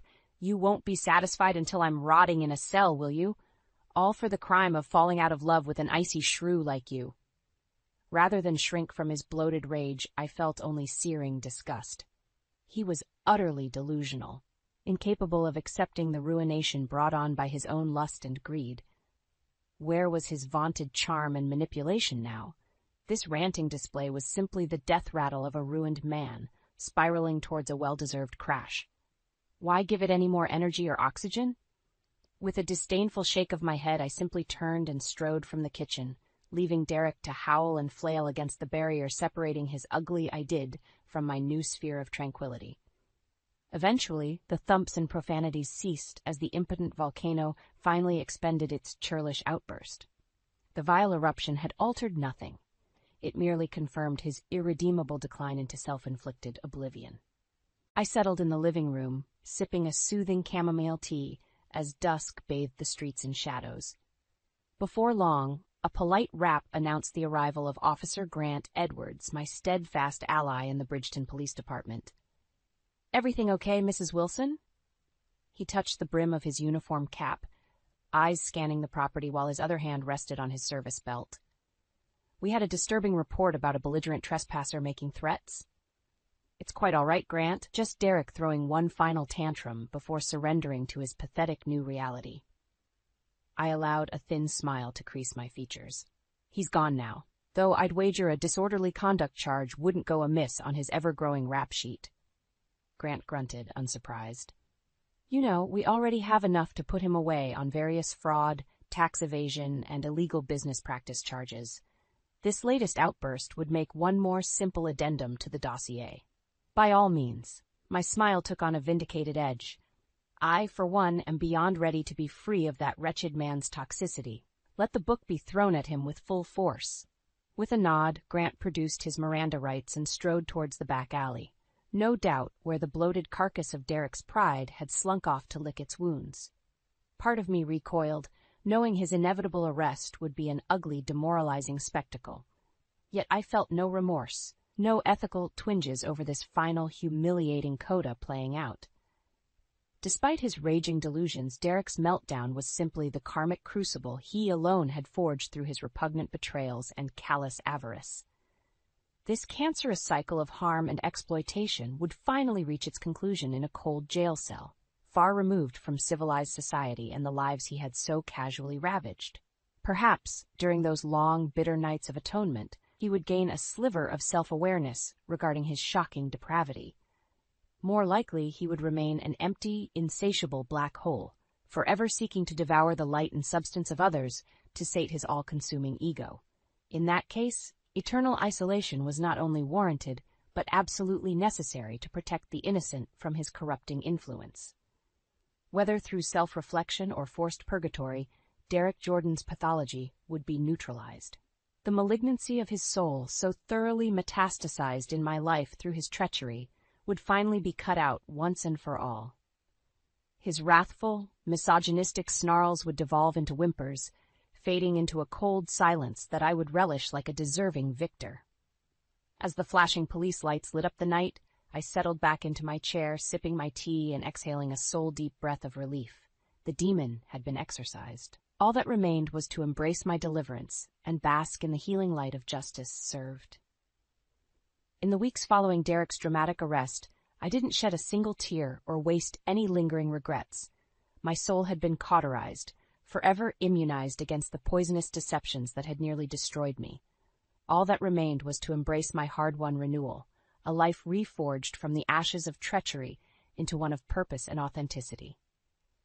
Of course, the scandal continued swirling through the community like a brush fire, fueled by insatiable gossip. Clucking tongues passed judgment on the disgraced husk of Derek Jordan and his mistress Miranda, now dead to me. Mere footnotes in a sordid life chapter been excised and discarded. My focus remained solely on nurturing the fresh, fertile soil where my new reality could blossom and thrive.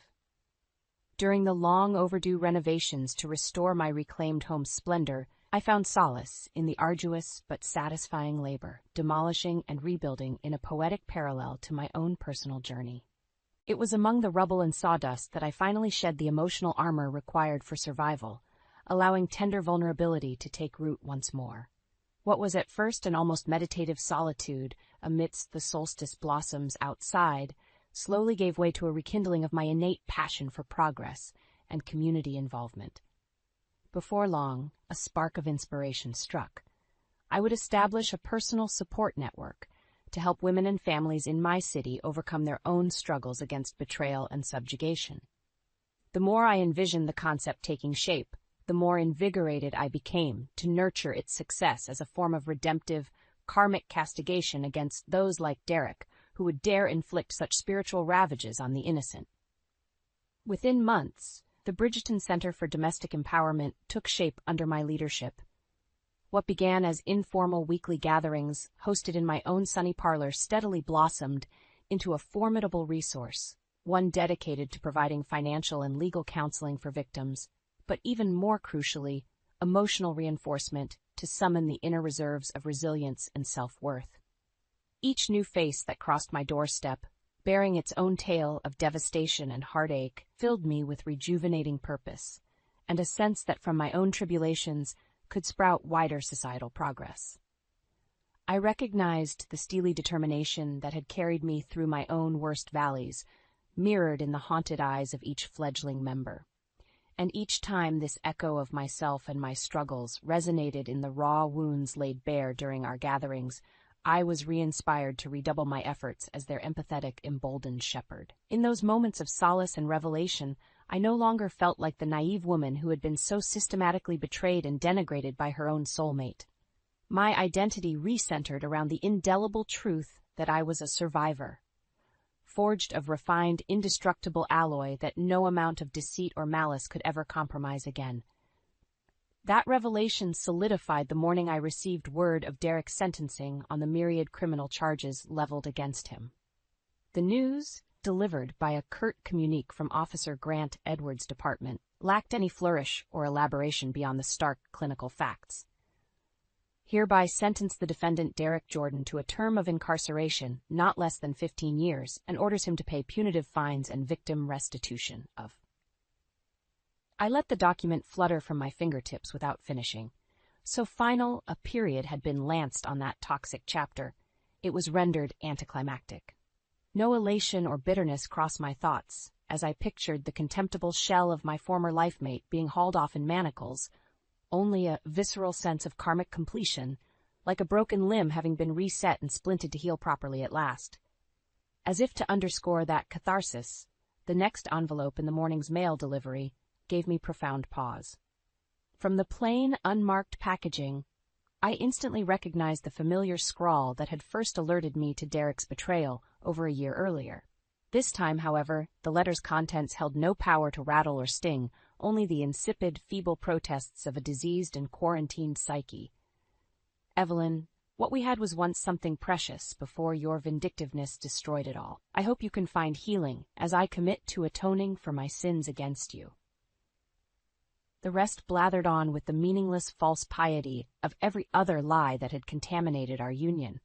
I let the pages flutter away, smiling at the crisp spring breeze that scattered them into oblivion.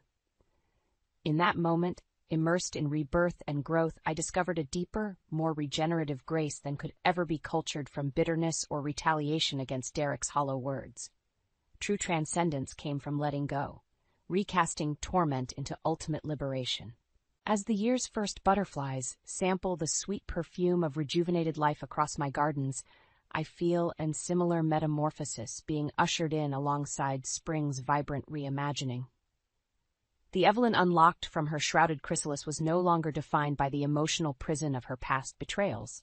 Instead, the woman with cheeks now flushed from the warm, nurturing solstice wasn't she who had been so grievously shattered, but a mythical, radiant archetype of possibility and deliverance, reborn directly from Derek's contemptible ashes. The hollow thud of the manila envelope hitting the kitchen counter echoed through the deathly silence. My heart sank as I read the words emblazoned across it, "Divorce petition." "What is this, Mitchell?" I asked, my voice barely above a whisper. My husband of 7 years, the man I thought I knew inside and out, stared back at me with cold, empty eyes. "It's exactly what it looks like, Leona. I want out of this marriage." The words hit me like a truck, stealing my breath. We'd had our issues like any couple, but I never imagined he'd go this far. Before I could form a response, he continued, each sentence a fresh dagger to my heart. I've met someone else, Kara. She's pregnant, with my child. Pregnant? We had been trying for years to have a baby, going through test after test, treatment after treatment, all for naught it seemed. Fury and anguish welled up inside me as I struggled to process this gut-wrenching revelation. How could you do this to us? To Eli? I choked out, tears streaming down my face. Mitchell's gaze flickered briefly before hardening once more. Don't bring him into this. It's better this way. For all of us. My fists clenched at his callous disregard for the life we had built, for our 5-year-old son who adored him. 1,000 questions swirled in my mind, but one burned brighter than the rest. How long has this been going on? A heavy silence hung between us before he finally answered, each word dripping with disdain. Almost a year. I didn't plan for it to happen, but things with Kara, they just clicked in a way you and I haven't for a long time. His confession was like a vice around my heart. A year? He had been lying, betraying me, our vows, our family, for a year while I remained blindingly oblivious. White-hot rage coursed through my veins as I struggled to maintain my composure. Get out! I hissed through gritted teeth. Mitchell opened his mouth, perhaps to offer an excuse or empty apology, but I cut him off with a look that could freeze hellfire. Get out! I can't even look at you right now. For once, he had the sense to comply, retreating without another word. The deafening silence that followed was a small mercy as I crumpled to the floor, waves of anguish crashing over me. How could the man I loved, the father of my child, do this to us? The life I thought I knew lay in ruins around me, and I couldn't even find it in myself to cry. My heart had gone numb. As the shock slowly gave way to fury, one thought crystallized in my mind. Mitchell would pay for this. By ruining our family, he had awoken of forces he couldn't possibly comprehend. I would make sure of it. The apartment was barely bigger than a shoebox, but it was all I could afford on my architect's salary as a single mother. Moving out of the house I once called home was a logistical nightmare, made worse by Mitchell's icy indifference. This is what you wanted, Leona, he sneered as I boxed up my meager belongings. Don't act so wounded. I bit back the urge to hurl the nearest object at his smug face. Eli would be home from school soon. I couldn't let him see me lose control, not when his world had already been shattered. As if on cue, the front door opened and my sweet boy came bounding in, his innocent smile slowly fading as he sensed the tension. Hey, kiddo, Mitchell said with forced cheeriness. I was just leaving. Eli's brow furrowed in confusion as he looked between us. Where are you going, Daddy? The words stuck in Mitchell's throat as his gaze met mine, a fleeting crack in his steely demeanor. This was my chance. Daddy isn't going to live with us anymore, I said carefully, crouching down to Eli's level. He's moving out. Eli's brown eyes widened in horror as the weight of my words hit him. No, I don't want Daddy to leave. His anguished cries pierced my heart, but I stood firm, steadying myself against the tidal wave of guilt crashing over me. I know this is hard, baby, I said softly, shooting a pointed look at Mitchell, but sometimes grown-ups make bad choices that hurt the people they love most. Mitchell's jaw clenched, but he remained silent, unable or unwilling to defend himself to his own son. With a final, withering glare in my direction, he turned and walked out the door, already halfway to his new life with Kara. In the weeks that followed, I immersed myself in the routines of single parenthood, working long hours at the firm, scrambling to make dinner, helping Eli with homework, reading his favorite stories at bedtime. Anything to fill the gaping void Mitchell's absence had opened in our lives.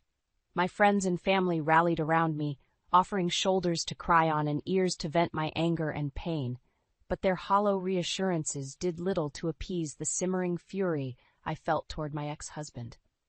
It all came to a head one evening as I scrolled through social media, a picture of Mitchell and his pregnant mistress shoved unceremoniously in my face.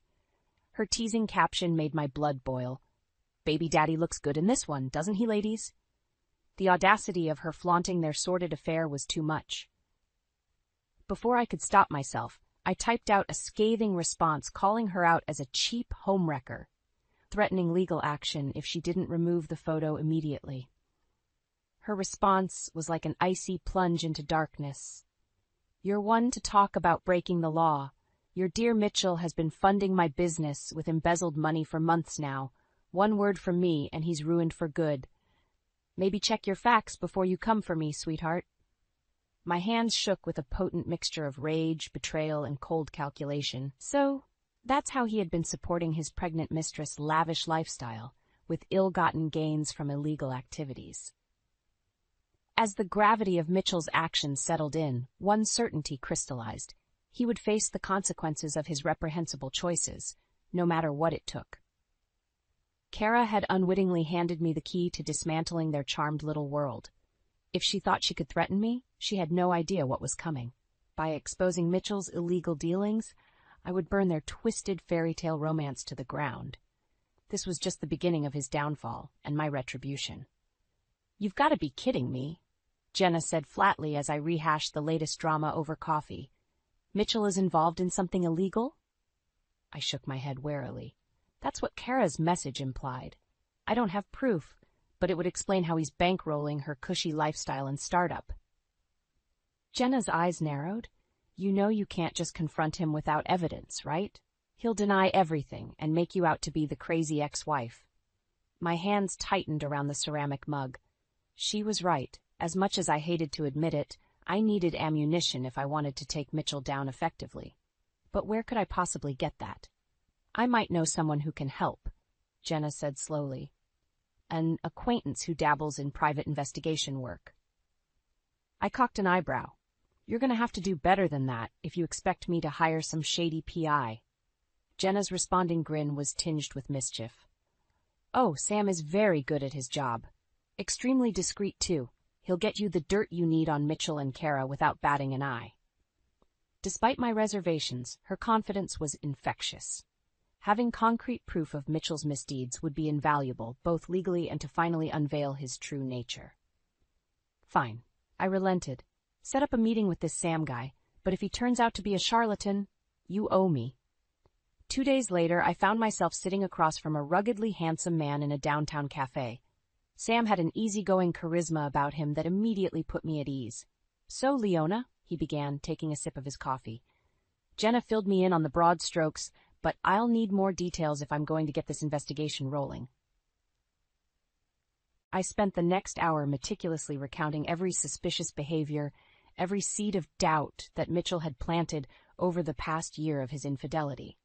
Sam listened intently, scribbling notes without interrupting. "Based on what you've told me, it definitely sounds like this Kara woman has some shady business dealings happening," he said once I'd finished. "Your husband is likely financing her illegally. Whether he's knowingly complicit or just being played remains to be seen." My cheeks flushed at his matter-of-fact acknowledgement of Mitchell's stupidity. Sam gave me a conspiratorial wink, sensing my embarrassment. "Don't worry, we're going to get to the bottom of this and make sure the truth comes to light. Mitchell won't be able to hide from his actions any longer." An excited glimmer entered Sam's eyes, one I immediately recognized, the thrill of the hunt. He launched into the specifics of his investigation strategy, assuring me he had reliable contacts and methods that would yield results quickly. "I'll need total transparency from you," he said firmly. "Any text messages, emails, phone records, everything you have that could be relevant evidence. We can't afford any blind spots." I nodded solemnly. "Of course, I'll give you whatever you need." A slight smirk played across Sam's lips. "Excellent. Then let's make your lying, cheating ex-husband regret the day he ever crossed you, Leona." Those words ignited a simmering flame within me. This wasn't just about getting payback on Mitchell. It was about unraveling the web of deceit he was entangled in, exposing him for the man he truly was. As Sam outlined the initial steps of his plan, I felt the first stirrings of anticipation. There would be no more sitting idly by while Mitchell soaked in the fruits of his betrayal uncontested. His downfall was inevitable now, and I couldn't wait to watch it unfold. The thick manila envelope landed on the table with a dull thud, its innocuous appearance belying the bombshell it contained. Sam's face was unreadable as I reached for it with trembling hands. "You're going to want to brace yourself," he said gravely. "This isn't pretty." My heart pounded as I flipped open the file, greeted by a meticulously compiled dossier detailing every illicit activity Kara had been involved in. Financial records, email exchanges, phone transcripts, all of it implicating her as the mastermind behind a major embezzlement and fraud scheme. "Oh my God," I muttered, feeling lightheaded as the sheer scope of her crimes came into focus.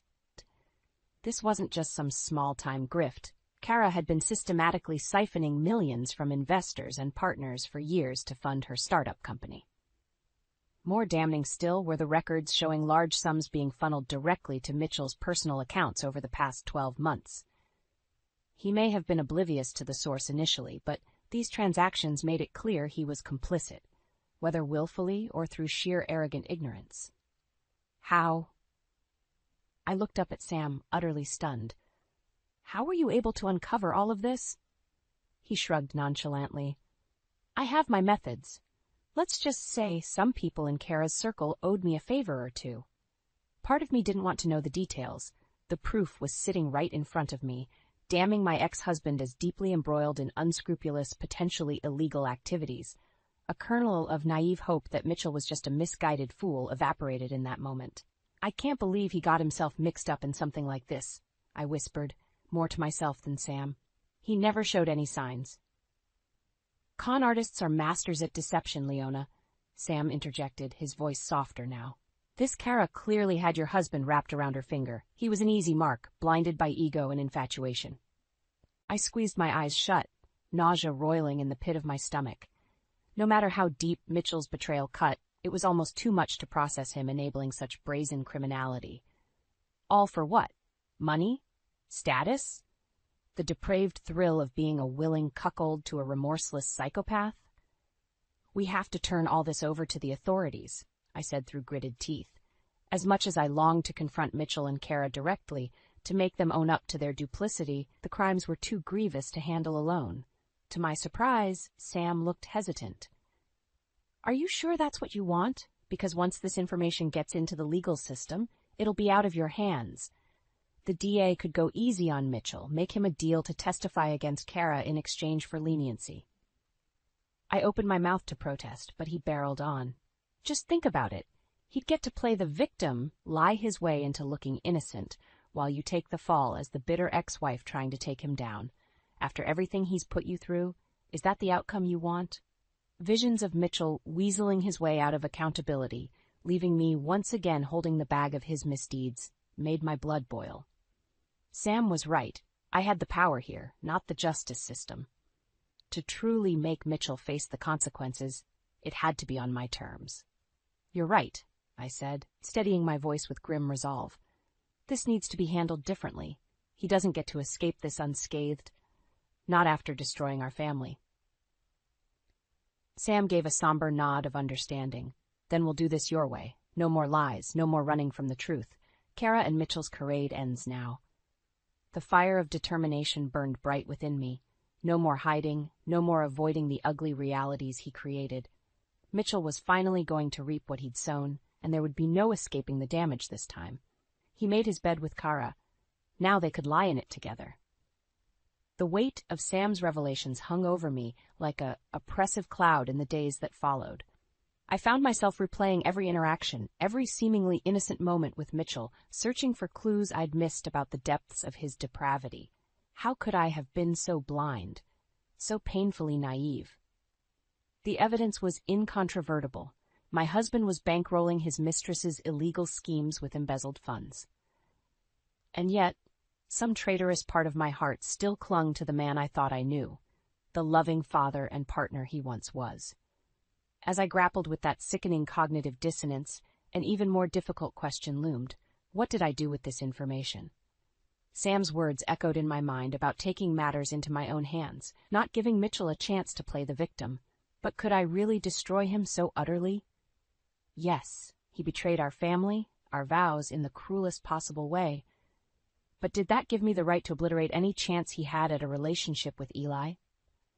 My son's crestfallen face as Mitchell walked out our door flashed before me.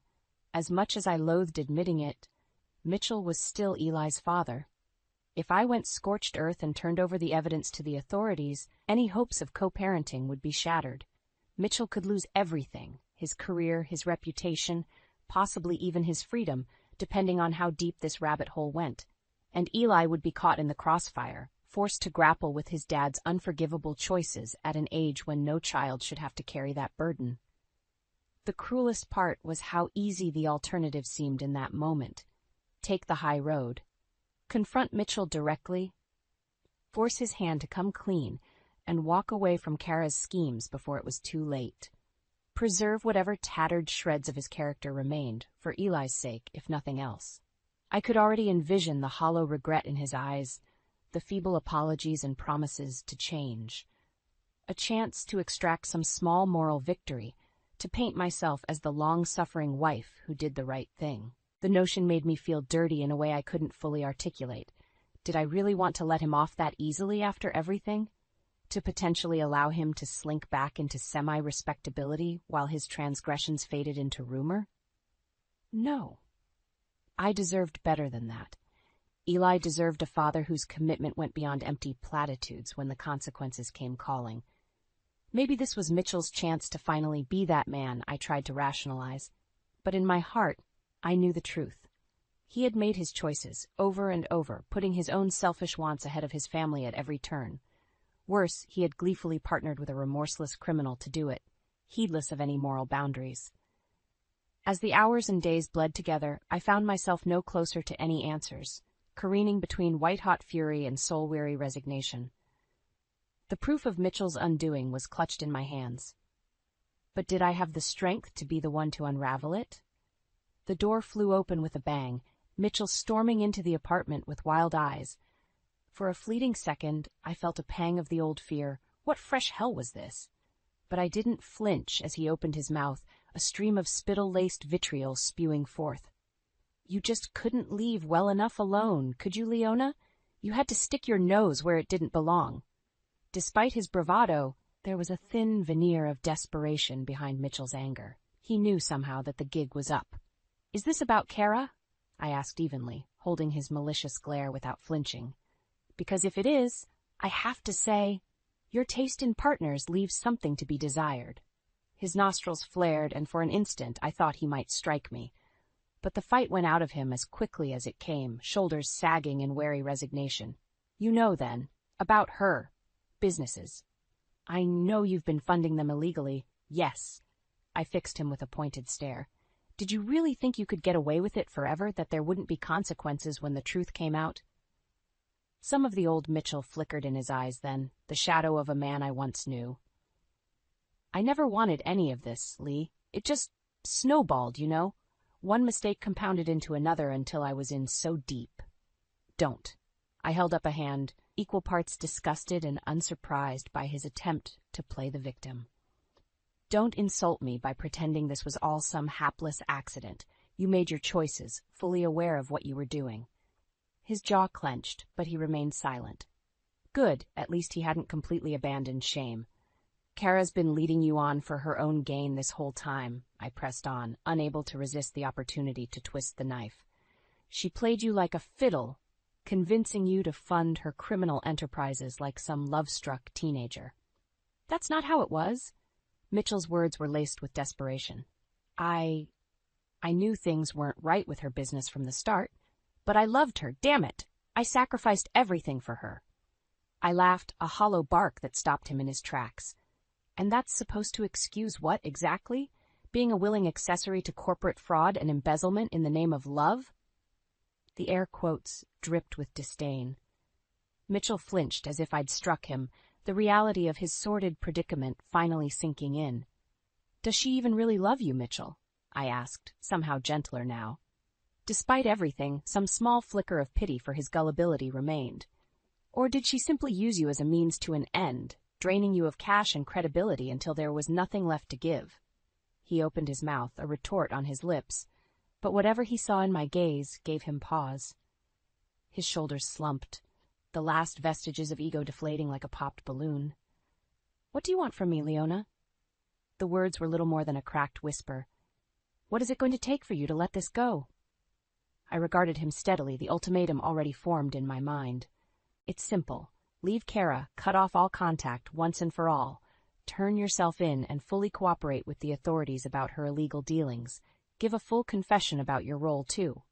A muscle twitched in Mitchell's cheek. And if I refuse? Then the evidence goes to the DA. Every bank statement, every damning email, all of it. I let the weight of my threat sink in. They'll have more than enough to pursue charges against both of you for fraud, embezzlement, you name it, and custody. My voice caught at the thought of my innocent son being collateral damage. Well, let's just say a convicted felon doesn't stand much chance in family court. Mitchell's face drained of color as the severity of his situation dawned. In that moment, I almost felt a flicker of sympathy. He was utterly broken, the deluded fairy tale he bought into with Kara shattering around him in spectacular fashion. You do that? His voice was barely above a rasp, disbelief and hurt mingling in equal measure. Take my son away from me completely over this? Fire blazed in my eyes, banishing any lingering pity. You did that yourself the day you walked out on us for that criminal shrew, Mitchell. This is just the consequences coming home to roost. We held each other's gaze for several beats, two combatants squaring off one final time. So? I pressed, folding my arms across my chest. What's it gonna be? Kara and a prison sentence? Or a chance to do the right thing for once and salvage what's left of your relationship with your son? Mitchell's eyes slid shut, his face contorting through a gamut of emotions, shame, anger, resignation. When he finally looked at me again, it was with a soul-weary exhaustion I'd never seen before. I'll do it, he murmured, the words tasting like ashes. I'll cut ties with Kara and turn myself in, cooperate fully. Just, please, don't take Eli away from me entirely. He's all I have left. The rawness of his plea caught me off guard. Scanning his features, I searched for any hint of deception, any ploy or angle he might be working. But his eyes were painfully sincere, holding the broken gaze of a man who had nothing left to lose. Okay, I said at last with a slow nod. Okay, Mitchell, I'll hold you to your word on this. It wasn't absolution, not even close, but at least he was finally taking responsibility. After all, he made his bed with Kara. Now, he'd have to lie in it alone. Despite Mitchell's assurances that he would cut ties with Kara and come clean, part of me remained skeptical, right up until the moment he showed up on her doorstep. Sam had insisted on being present, giving me a discreet nod as I watched the scene unfold from my car across the street. Even from a distance, the fury was palpable on Kara's face as Mitchell laid everything bare, her illegal dealings, his own culpability, his decision to go to the authorities. Her rantings and denials quickly dissolved into shrieked profanities as the reality sank in.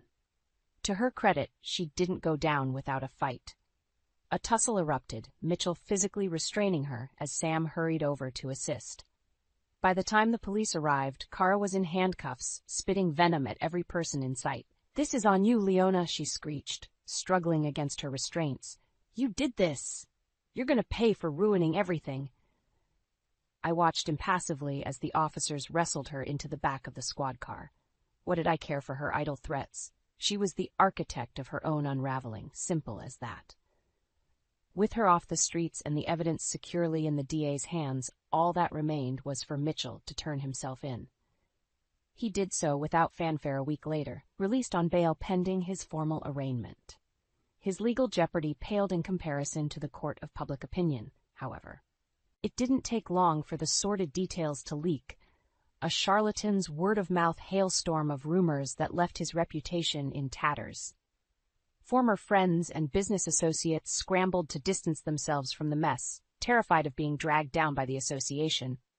As Mitchell's shame unfolded in the full glare of the spotlight, I retreated into the shadows with Eli, surrounding him with as much normalcy and routine as possible. The vultures from the media camped outside our home relentlessly in the early days, desperate for any scrap of salacious detail. To his credit, Mitchell did his part to shield Eli from the worst of it. Whatever lies and betrayals had wrought through our marriage, he was still a devoted father, in his own way. We both knew sheltering our son was the priority. Everything else could be sorted later.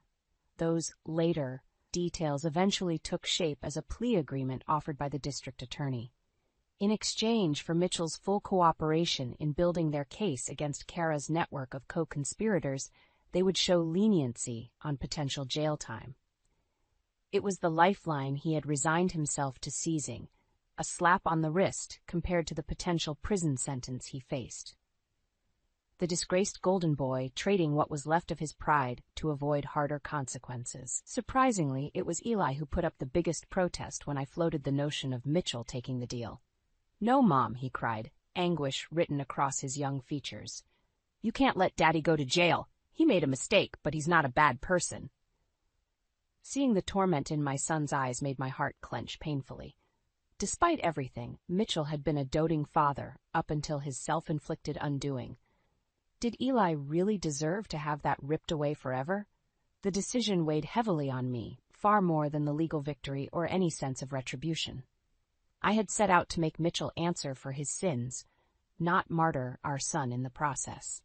In the end, I agreed to support the plea deal, if only to preserve that small lifeline for Eli. Mitchell avoided jail time but received a criminal contempt charge, 2 years of probation, and tens of thousands in fines and restitution. It was a slap on the wrist compared to Kara, who refused to cop a plea and earned herself a multi-year sentence after her conviction. The self-proclaimed brilliant entrepreneur exposed as nothing more than a grifter and con artist. As she was led away in handcuffs, Kara threw one last venomous look in my direction, her eyes burning with hatred. "This isn't over, Leona. Not by a long shot." Her threats fell on deaf ears. I was too busy savoring the purging feeling of having persevered, of clawing my way back from the depths Mitchell had abandoned me in. He was the one who had been broken, left to wallow in the ashes of his own lies and failures. In the months that followed, life gradually returned to a new normal. Mitchell moved into a shabby one-bedroom, his finances and career in tatters thanks to the legal restitution. We existed in our separate spheres, the only intersection being the occasional transfer of Eli between homes. My son quickly noticed and commented on the stark differences in our living situations, the inevitable questions arising that I did my best to answer with honesty and sensitivity. While anger still kindled deep within me over Mitchell's choices, I had no desire to turn Eli against his father. No, Mitchell was doing a capable job of torching those bridges himself. I watched with a strange detachment as he frittered away the last remnants of respect from former friends and colleagues who still deigned to be seen with him in public. The rumors, innuendo, and bald truth of his involvement with Kara's schemes persisted like a dark cloud no matter where he went. In stark contrast, my career began to flourish in the aftermath. The high-profile nature of my divorce proceedings begat a strange air of reverence from clients, who saw me as a paragon of overcoming adversity with grace. Ironic that the same scandal that destroyed Mitchell afforded me such redemption. I threw myself into work with a renewed vigor, quickly rising through the ranks to become a lead architect on several major projects. The money and accolades were a bonus, but it was the sense of purpose and intensity that truly rejuvenated me. Away from the office, Eli and I grew inseparable, rebuilding our family of 2 into an unbreakable unit. He was my heart, my shining light in the dark days when the weight of Mitchell's betrayal threatened to consume me. I would never take for granted the sacred bond we shared. So when Mitchell inevitably called requesting to renegotiate the custody agreement, citing his renewed stability as justification, my answer was unequivocal. "You forfeited any say in Eli's life the day you threw it all away, Mitchell," I said in measured tones. "You made your choices knowing full well the consequences. Don't insult me by playing the victim now." "Leona, please." His pleas took on a desperate edge. "You have to let me be a part of his childhood. He's all I have left." "No, he's not. There's nothing stopping you from rebuilding your life, earning back some dignity and self-respect other than your own stubbornness." I paused, fixing him with a look that brooked no argument. "You don't get to cry about your son being taken from you when you were the one who abandoned him first." End of discussion. Hanging up the phone, I felt a strange sense of finality wash over me. The anger was gone, bled dry after months of perseverance and hard-won successes. What remained was peace, acceptance of the truth that this was my life now, my path forward. I was finally free free of Mitchell's toxicity and the pain of his betrayal, free to focus solely on providing the loving, stable home that Eli deserved, and in doing so crafting a new identity, a new self, from the ashes of my former life. Striding into the living room, I scooped up Eli in a fierce hug, planting a kiss on his cheek as he squirmed with laughter. "Mom, what's got into you?" I only hugged him tighter, warmth blooming in my chest. "Nothing, baby. I'm just really glad to be here with you. That's all." After the storm, there was finally calm, and as I held my son close, I knew this was everything I ever wanted or needed. As the last of the evening sun dipped below the horizon, I couldn't shake the chilling warning my new neighbor whispered. "Watch your back with that one. Some folks around here say she's got a heart colder than a January frost." If only I'd listened. My husband Elliot and I had just moved into his childhood home, a quaint farmhouse on the outskirts of town, to help care for his ailing father. Harold welcomed us with open arms when we arrived, enveloping me in a warm hug. "So happy to have you both here," he said, his voice trembling slightly. "This old place needs some life again." I smiled graciously, touched by his kindness. If only his wife shared that sentiment. Judith stood rigid in the doorway, her lips pursed in a thin line as she looked me up and down with thinly veiled disdain. "Marley," she said coolly, "what a surprise." I swallowed hard but kept my tone light. "Well, it wouldn't be much of a move-in without me, now would it?" Judith didn't respond, turning abruptly and disappearing into the house. Elliot shot me an apologetic look and squeezed my hand reassuringly. I wanted to believe this was just first meeting nerves, that we'd soon settle into an easy familial rhythm. I couldn't have been more wrong. The first hairline cracks in Judith's facade showed themselves that very evening. As we gathered for dinner, I asked about their lovely flower garden. "Thank you," Judith replied tersely. "I designed it myself since no one else around here seems to appreciate the importance of a well-kept home." Her pointed glare at the cluttered kitchen made her implication clear. Harold frowned but said nothing. An uncomfortable silence fell until Elliot jumped in. "Well, I for one am looking forward to cozy nights around the fireplace this winter," he said, flashing me a dimpled grin.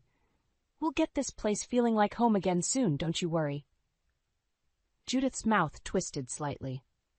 "Yes, I suppose someone ought to do something about the state of this place," she said coldly. I bit my tongue, stung by her callousness. Her polite facade was cracking, an icy edge creeping into her tone when addressing me. Over the next few days, her comments grew steadily more cutting. "Don't you think you should be helping your husband unpack, dear?" she'd ask in feigned concern, watching me prepare a meal for Harold. "I wouldn't want you shirking your wifely duties." When I tried gently confronting her, she'd brush it off with an insincere apology and barely concealed eye roll. I told Elliot about her digs when we were alone, expecting him to be as hurt and surprised as I was. Instead, I was met with disbelief. "Are you sure you're not reading too much into things?" he asked one night as we laid in bed. "That doesn't sound like Mom. She's probably just stressed adjusting to us being here." I wanted to argue but held my tongue. I knew what I'd experienced, but Elliot had lived his whole life under his mother's thumb. He couldn't accept the glimmers of cruelty I saw behind her eyes, not yet anyway. As the days passed, Judith's facade unraveled thread by thread.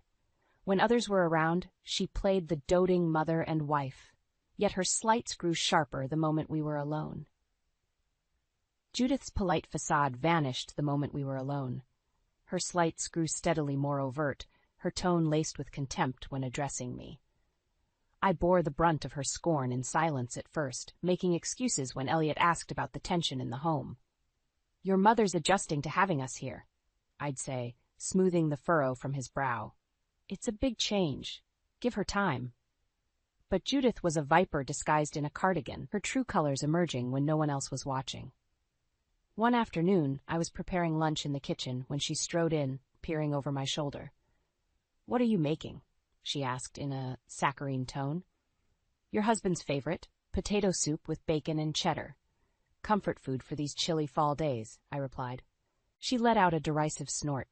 "Well, no one can accuse you of being creative, though I suppose pedestrian dishes suit your limited skills," she said with a patronizing pat on my shoulder. I froze, stunned by her open hostility. Judith, there's no need for comments like that. We're family now. I'd hope we could be kind to each other. She leaned in close, her eyes narrowed. Listen carefully, girl. You may have conned my son into marrying you, but you'll never measure up. This is my house, my family. Don't forget your place. With that, she turned on her heel and glided away, leaving me shaken.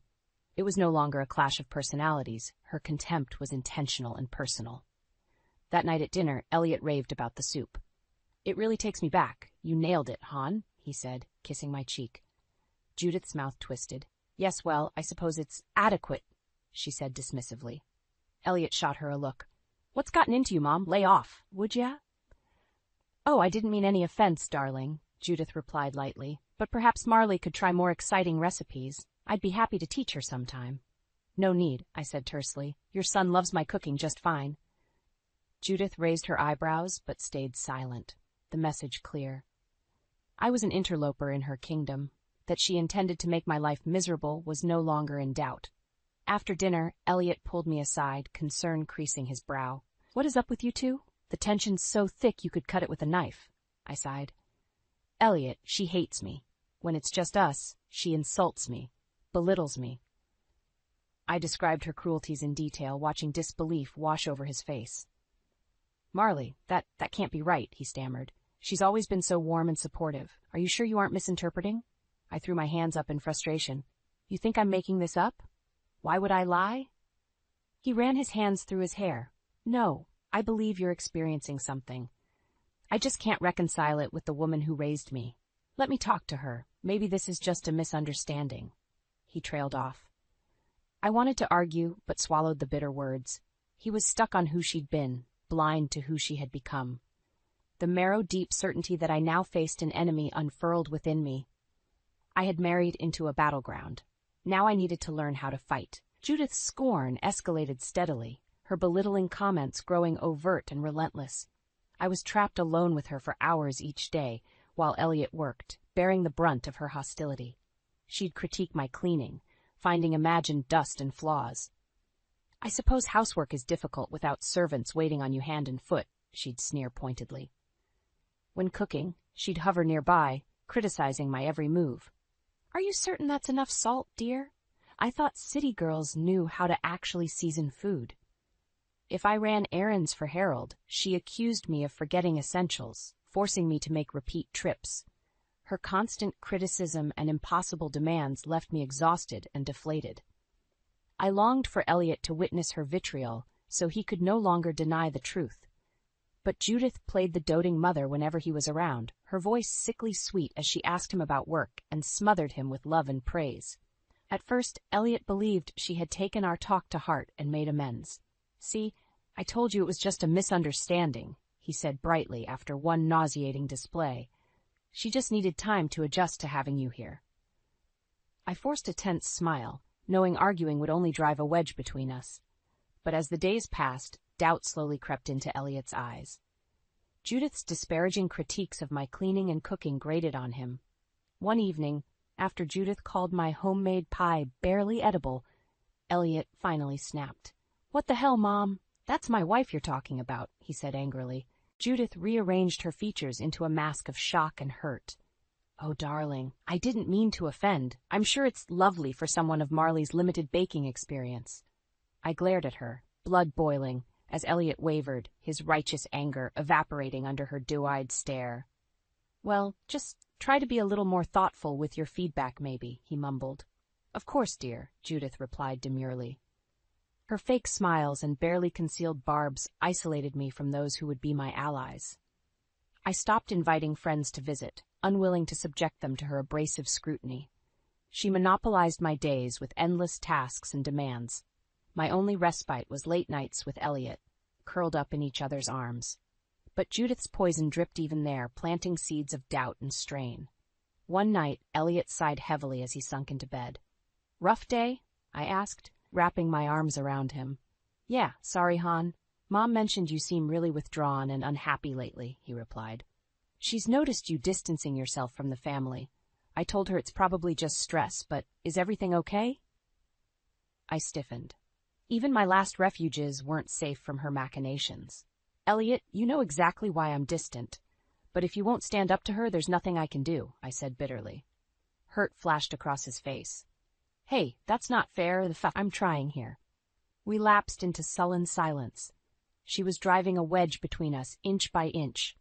Icy determination solidified within me. It was time to fight back. Judith's relentless torment continued unabated. Each day brought fresh humiliation and isolation. I was unraveling, desperate for respite, when an opportunity arose. Judith mentioned needing to pick up medications for Harold from a pharmacy in the next town over. Before she could commandeer me for the errand, I volunteered brightly.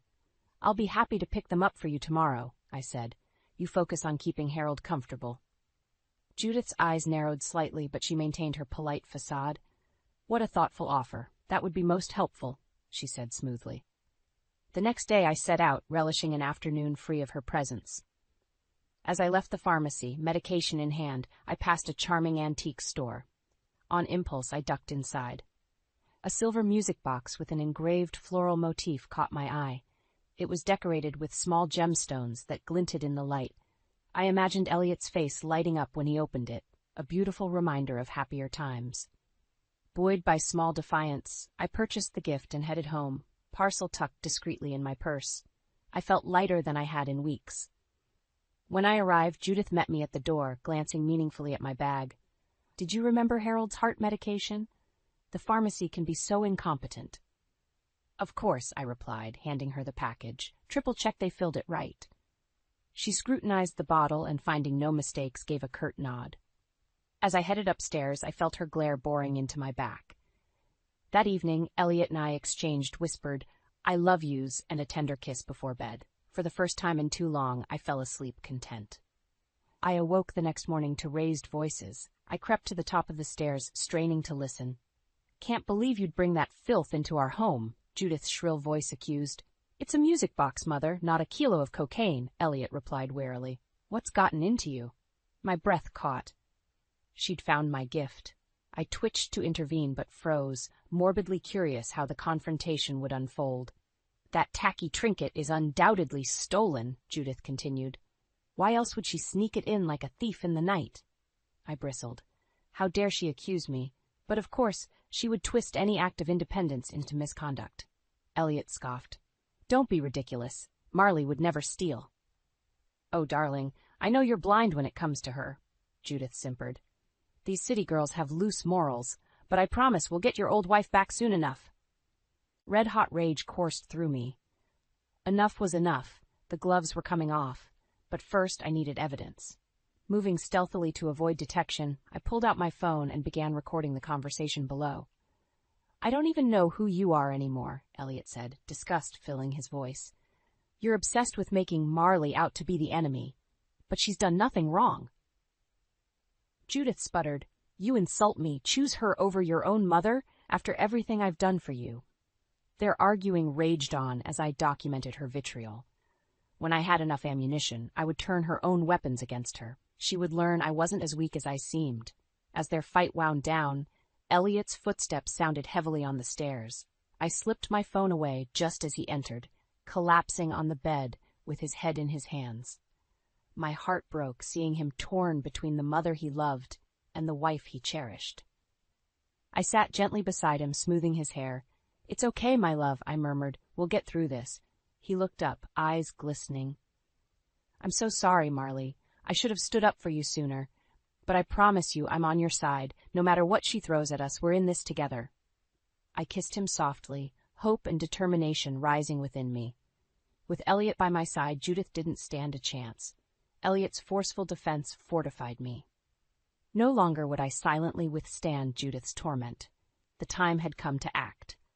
When Judith commandeered my mornings with endless errands, I used the trips to discreetly gather allies. The florist, postman, cashiers, I asked if they'd faced similar treatment from my monstrous mother-in-law. Their wary confirmation proved I wasn't alone in enduring her abuse. Oh, darling, pay her no mind, Nettie, the butcher's wife, told me after witnessing Judith's belittling critiques firsthand. She's been spreading poison since she was a slip of a girl. Don't let that viper get her fangs in you. Their support fueled my conviction. Judith relied on isolation to maintain control, but together we could break her power. In the afternoons, while Judith napped, I pored through old documents, seeking anything I could use against her. The evidence was sparse, but I pieced together a portrait of her petty schemes and vindictiveness. Elliot observed my frenzied research with growing concern. "Han, don't let her make you obsessed like this," he implored. "Getting dragged into retaliation won't help anything." I squeezed his hand. "I know you still want to see the good in her, but trust me, she leaves me no choice. This is the only way to stop her vitriol." He looked unconvinced, but didn't argue further. My sweet Elliot, always striving for peace. But some battles required a warrior's resolve. The next morning, Judith caught me compiling my findings at the kitchen table. Her eyes narrowed to slits. "What nonsense are you up to now?" she asked icily. I met her glare levelly. "Just researching the interesting history of this town. Did you know Nettie's family once owned the entire western tract of forest? How fortunate that changed, since you disapprove of them so." Judith inhaled sharply, her facade cracking. "Stay focused on your chores, girl, not baseless gossip," she spat before whirling away. My pulse quickened at the small victory. She was running scared. That afternoon, I invited Nettie and a few other ladies over for tea, despite Judith's prohibitions. Their vivacious energy filled the stuffy living room as we shared stories and baked goods. For the first time in ages, I felt light, surrounded by blossoming camaraderie. Judith kept to her room, refusing to engage, but over dinner her false cheer evaporated. "Honestly, Elliot, I don't know what's gotten into your wife lately," she said, shaking her head. "Cavorting around town, indulging in idle gossip, neglecting her duties here." "Oh, cut it out, Mom," Elliot said through gritted teeth. "Let her live, for God's sake." The crackling tension was broken by a sharp cry from Harold in the next room. We all leapt up, but I waved the others back. "I've got this. You two enjoy your dessert," I said pointedly before exiting. I soothed Harold and helped him settle back in. When I returned to the dining room, Elliot was glaring at his mother. "You're shameful, treating Marley this way," he bit out. "But no more. If you can't support her place in this family, you don't support me." He pushed back from the table and stormed out. I threw Judith a triumphant look before following him. Upstairs, Elliot shook with anger and anguish. I wrapped my arms around him, offering wordless comfort. "I'm with you, forever and always," I murmured. "We'll get our joy back, I promise." He squeezed me tight, the last cords of loyalty straining but still unbroken. Soon, Judith would be cut loose. Her poison could only thrive in darkness. Together, Elliot and I would drag her cruelty into the light. The time had come to expose Judith's cruelty before the whole community. I invited our newfound allies to a family dinner, under the guise of getting acquainted with Elliot's childhood friends. Judith raged, but Elliot sternly insisted. "It's happening, Mother. You'll just have to grin and bear it," he said coldly. As I bustled about preparing the meal, nerves and anticipation warred within me. Tonight, Judith's facade would come crashing down. Right on time, our guests arrived bearing drinks, desserts, and warm smiles. Judith greeted them with thinly veiled disdain. "How lovely you could join us," she said without a trace of sincerity. "I'm sure you're quite busy on the farm this time of year." I jumped in quickly. "Well, we're so thankful you made the time. Please come in. Make yourselves at home." Over appetizers, light-hearted chatter filled the room. Then Nettie fixed Judith with an icy stare. "My Marley tells me you haven't been the most gracious host," she said bluntly. Elliot stiffened, but I squeezed his knee reassuringly. Judith forced a tight smile. "Oh, I think dear Marley may have misinterpreted my adjustment to having guests." "Somehow I doubt that," Nettie replied. Murmurs of agreement rose from the group. Judith paled but gathered herself quickly. "Truly, I've done my best to welcome her to our family," she protested. Before she could spout more lies, I jumped in. "Oh, there's no need for pretense, Judith," I said sharply. "Our friends here have plenty of experience with your best." Her composure cracked at the muted hostility radiating from the group. Splotches of anger spread across her cheeks. "Whatever tales you've spun, I assure you," she sputtered. I cut her off. "Tales? You mean like how you had Nettie banned from town events for years? Or the time you reported Mr. Stokes to his boss for something he never did? Or all the families who somehow could never quite measure up for your precious Elliot?" Murmurs swelled as Judith shrank under their accusatory glares. Lies, utter lies, she cried, but her voice quavered. Elliot looked sick, tugged in opposite directions by loyalty and truth. I pressed on relentlessly. For decades, you've spread fear and pain, thinking no one would dare defy you. But it ends tonight. I turned to our allies. Please, share your stories. Her cruelty thrives in silence. One by one, they recounted the slights, schemes, and abuse suffered at Judith's hands. Decades of vitriol poured forth until Elliot buried his face in his hands, overcome. Enough, Judith shrieked. You invade my home with these baseless attacks. Ungrateful peasants, all of you. A stunned silence fell. Then Elliot lifted his head, a foreign resolution in his eyes. In a low, steady voice, he said, I think it's time you retire for the evening, Mother. Judith gaped disbelief. Elliot, you can't possibly. Please, just go. His tone brooked no argument. With a choked sob, Judith fled the room. A collective exhale swept through as the energy lightened. Kind hands squeezed my shoulder, voices gentle and alive with new connection. Later, Elliot and I lay entwined in the dark. I'm so sorry, he whispered. You were right about her all along. I stroked his hair. Your loyalty is one of your greatest strengths, but now we see the truth. He kissed me tenderly. With you by my side, I can face anything, even my own mother's darkness. I clung to him, overcome with gratitude for this man who cherished and believed in me. United with friends, Judith's twisted control over this town had cracked. Now we would shatter it for good. Morning dawned crisp and bright, belying the roiling tension within the house. After Judith's shameful exposure, we braced ourselves for her retaliation. But instead, an eerie silence permeated the halls. At breakfast, the clinking of cutlery on plates echoed loud in the absence of conversation. Judith's gaze remained fixed on her plate, mouth downturned and eyes red-rimmed. The confident matriarch of yesterday was nowhere to be seen. I almost pitied her, almost. But recalling her decades of cruelty hardened my heart. Her comeuppance was long overdue. Elliot finally broke the heavy quiet. Did you sleep all right, Mother? Not particularly, Judith replied tersely, eyes still averted. Difficult evening to process.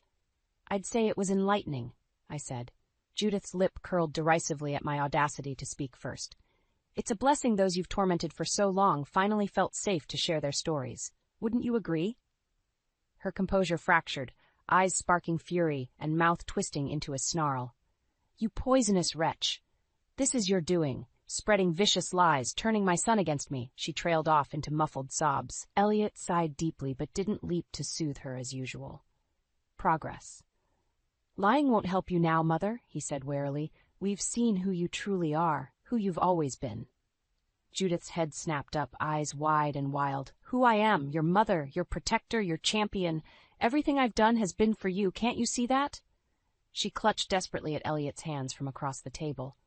He froze but didn't pull away, not yet severed. My heart clenched watching Elliot's inner struggle play out on his face. He wanted to believe the mother he knew still existed somewhere beneath her rotten core. But I had no such illusions. Gently, I pried her claw-like grip from Elliot's wrists. You've confused control with caring, Judith, I said evenly, but the truth has finally been revealed.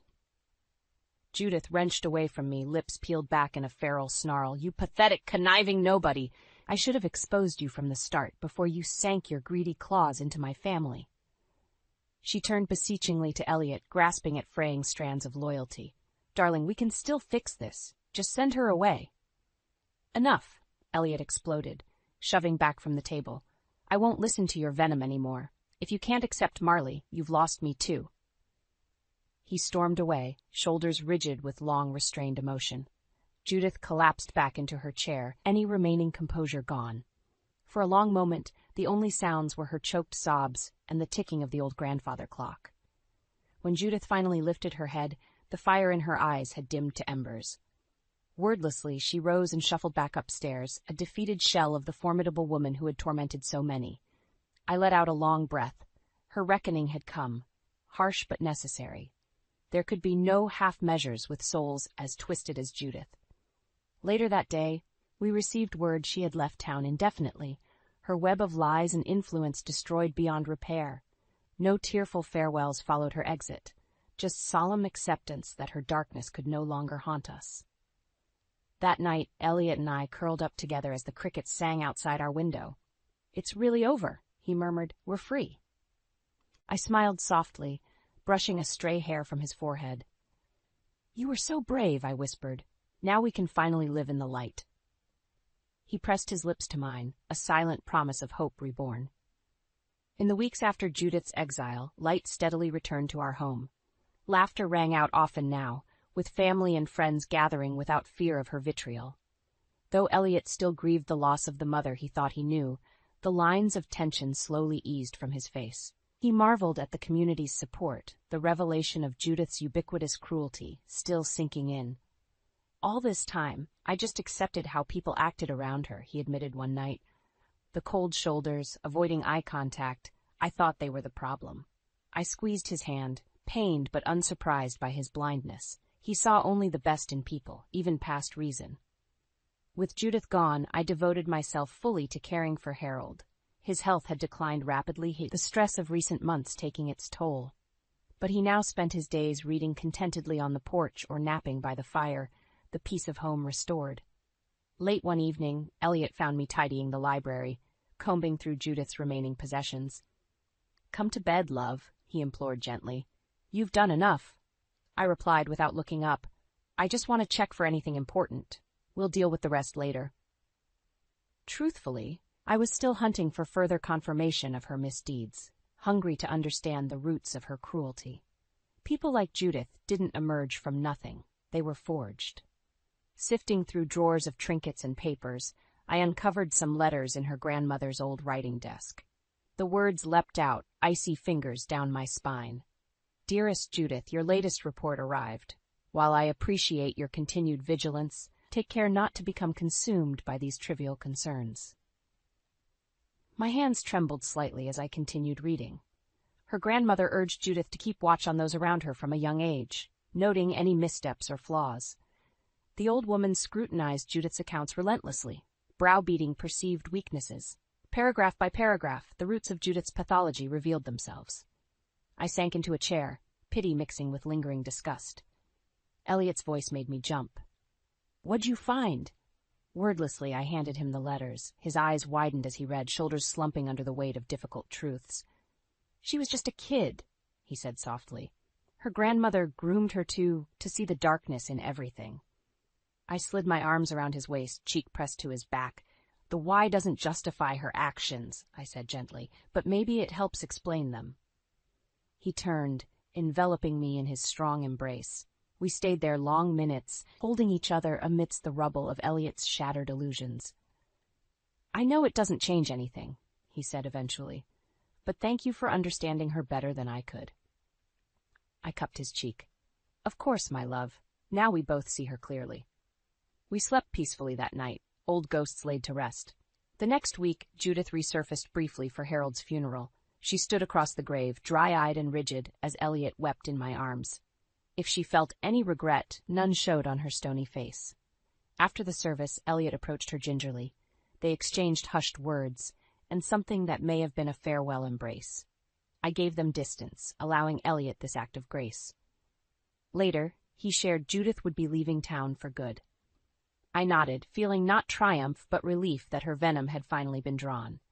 In the months that followed, Elliot and I settled joyfully into our life together. Laughter flowed freely, harmony restored. One night, as we slow danced in the parlor, he gazed at me meaningfully. "Thank you for fighting for us when I couldn't," he whispered. I smiled softly, pulling him closer. "You were worth fighting for."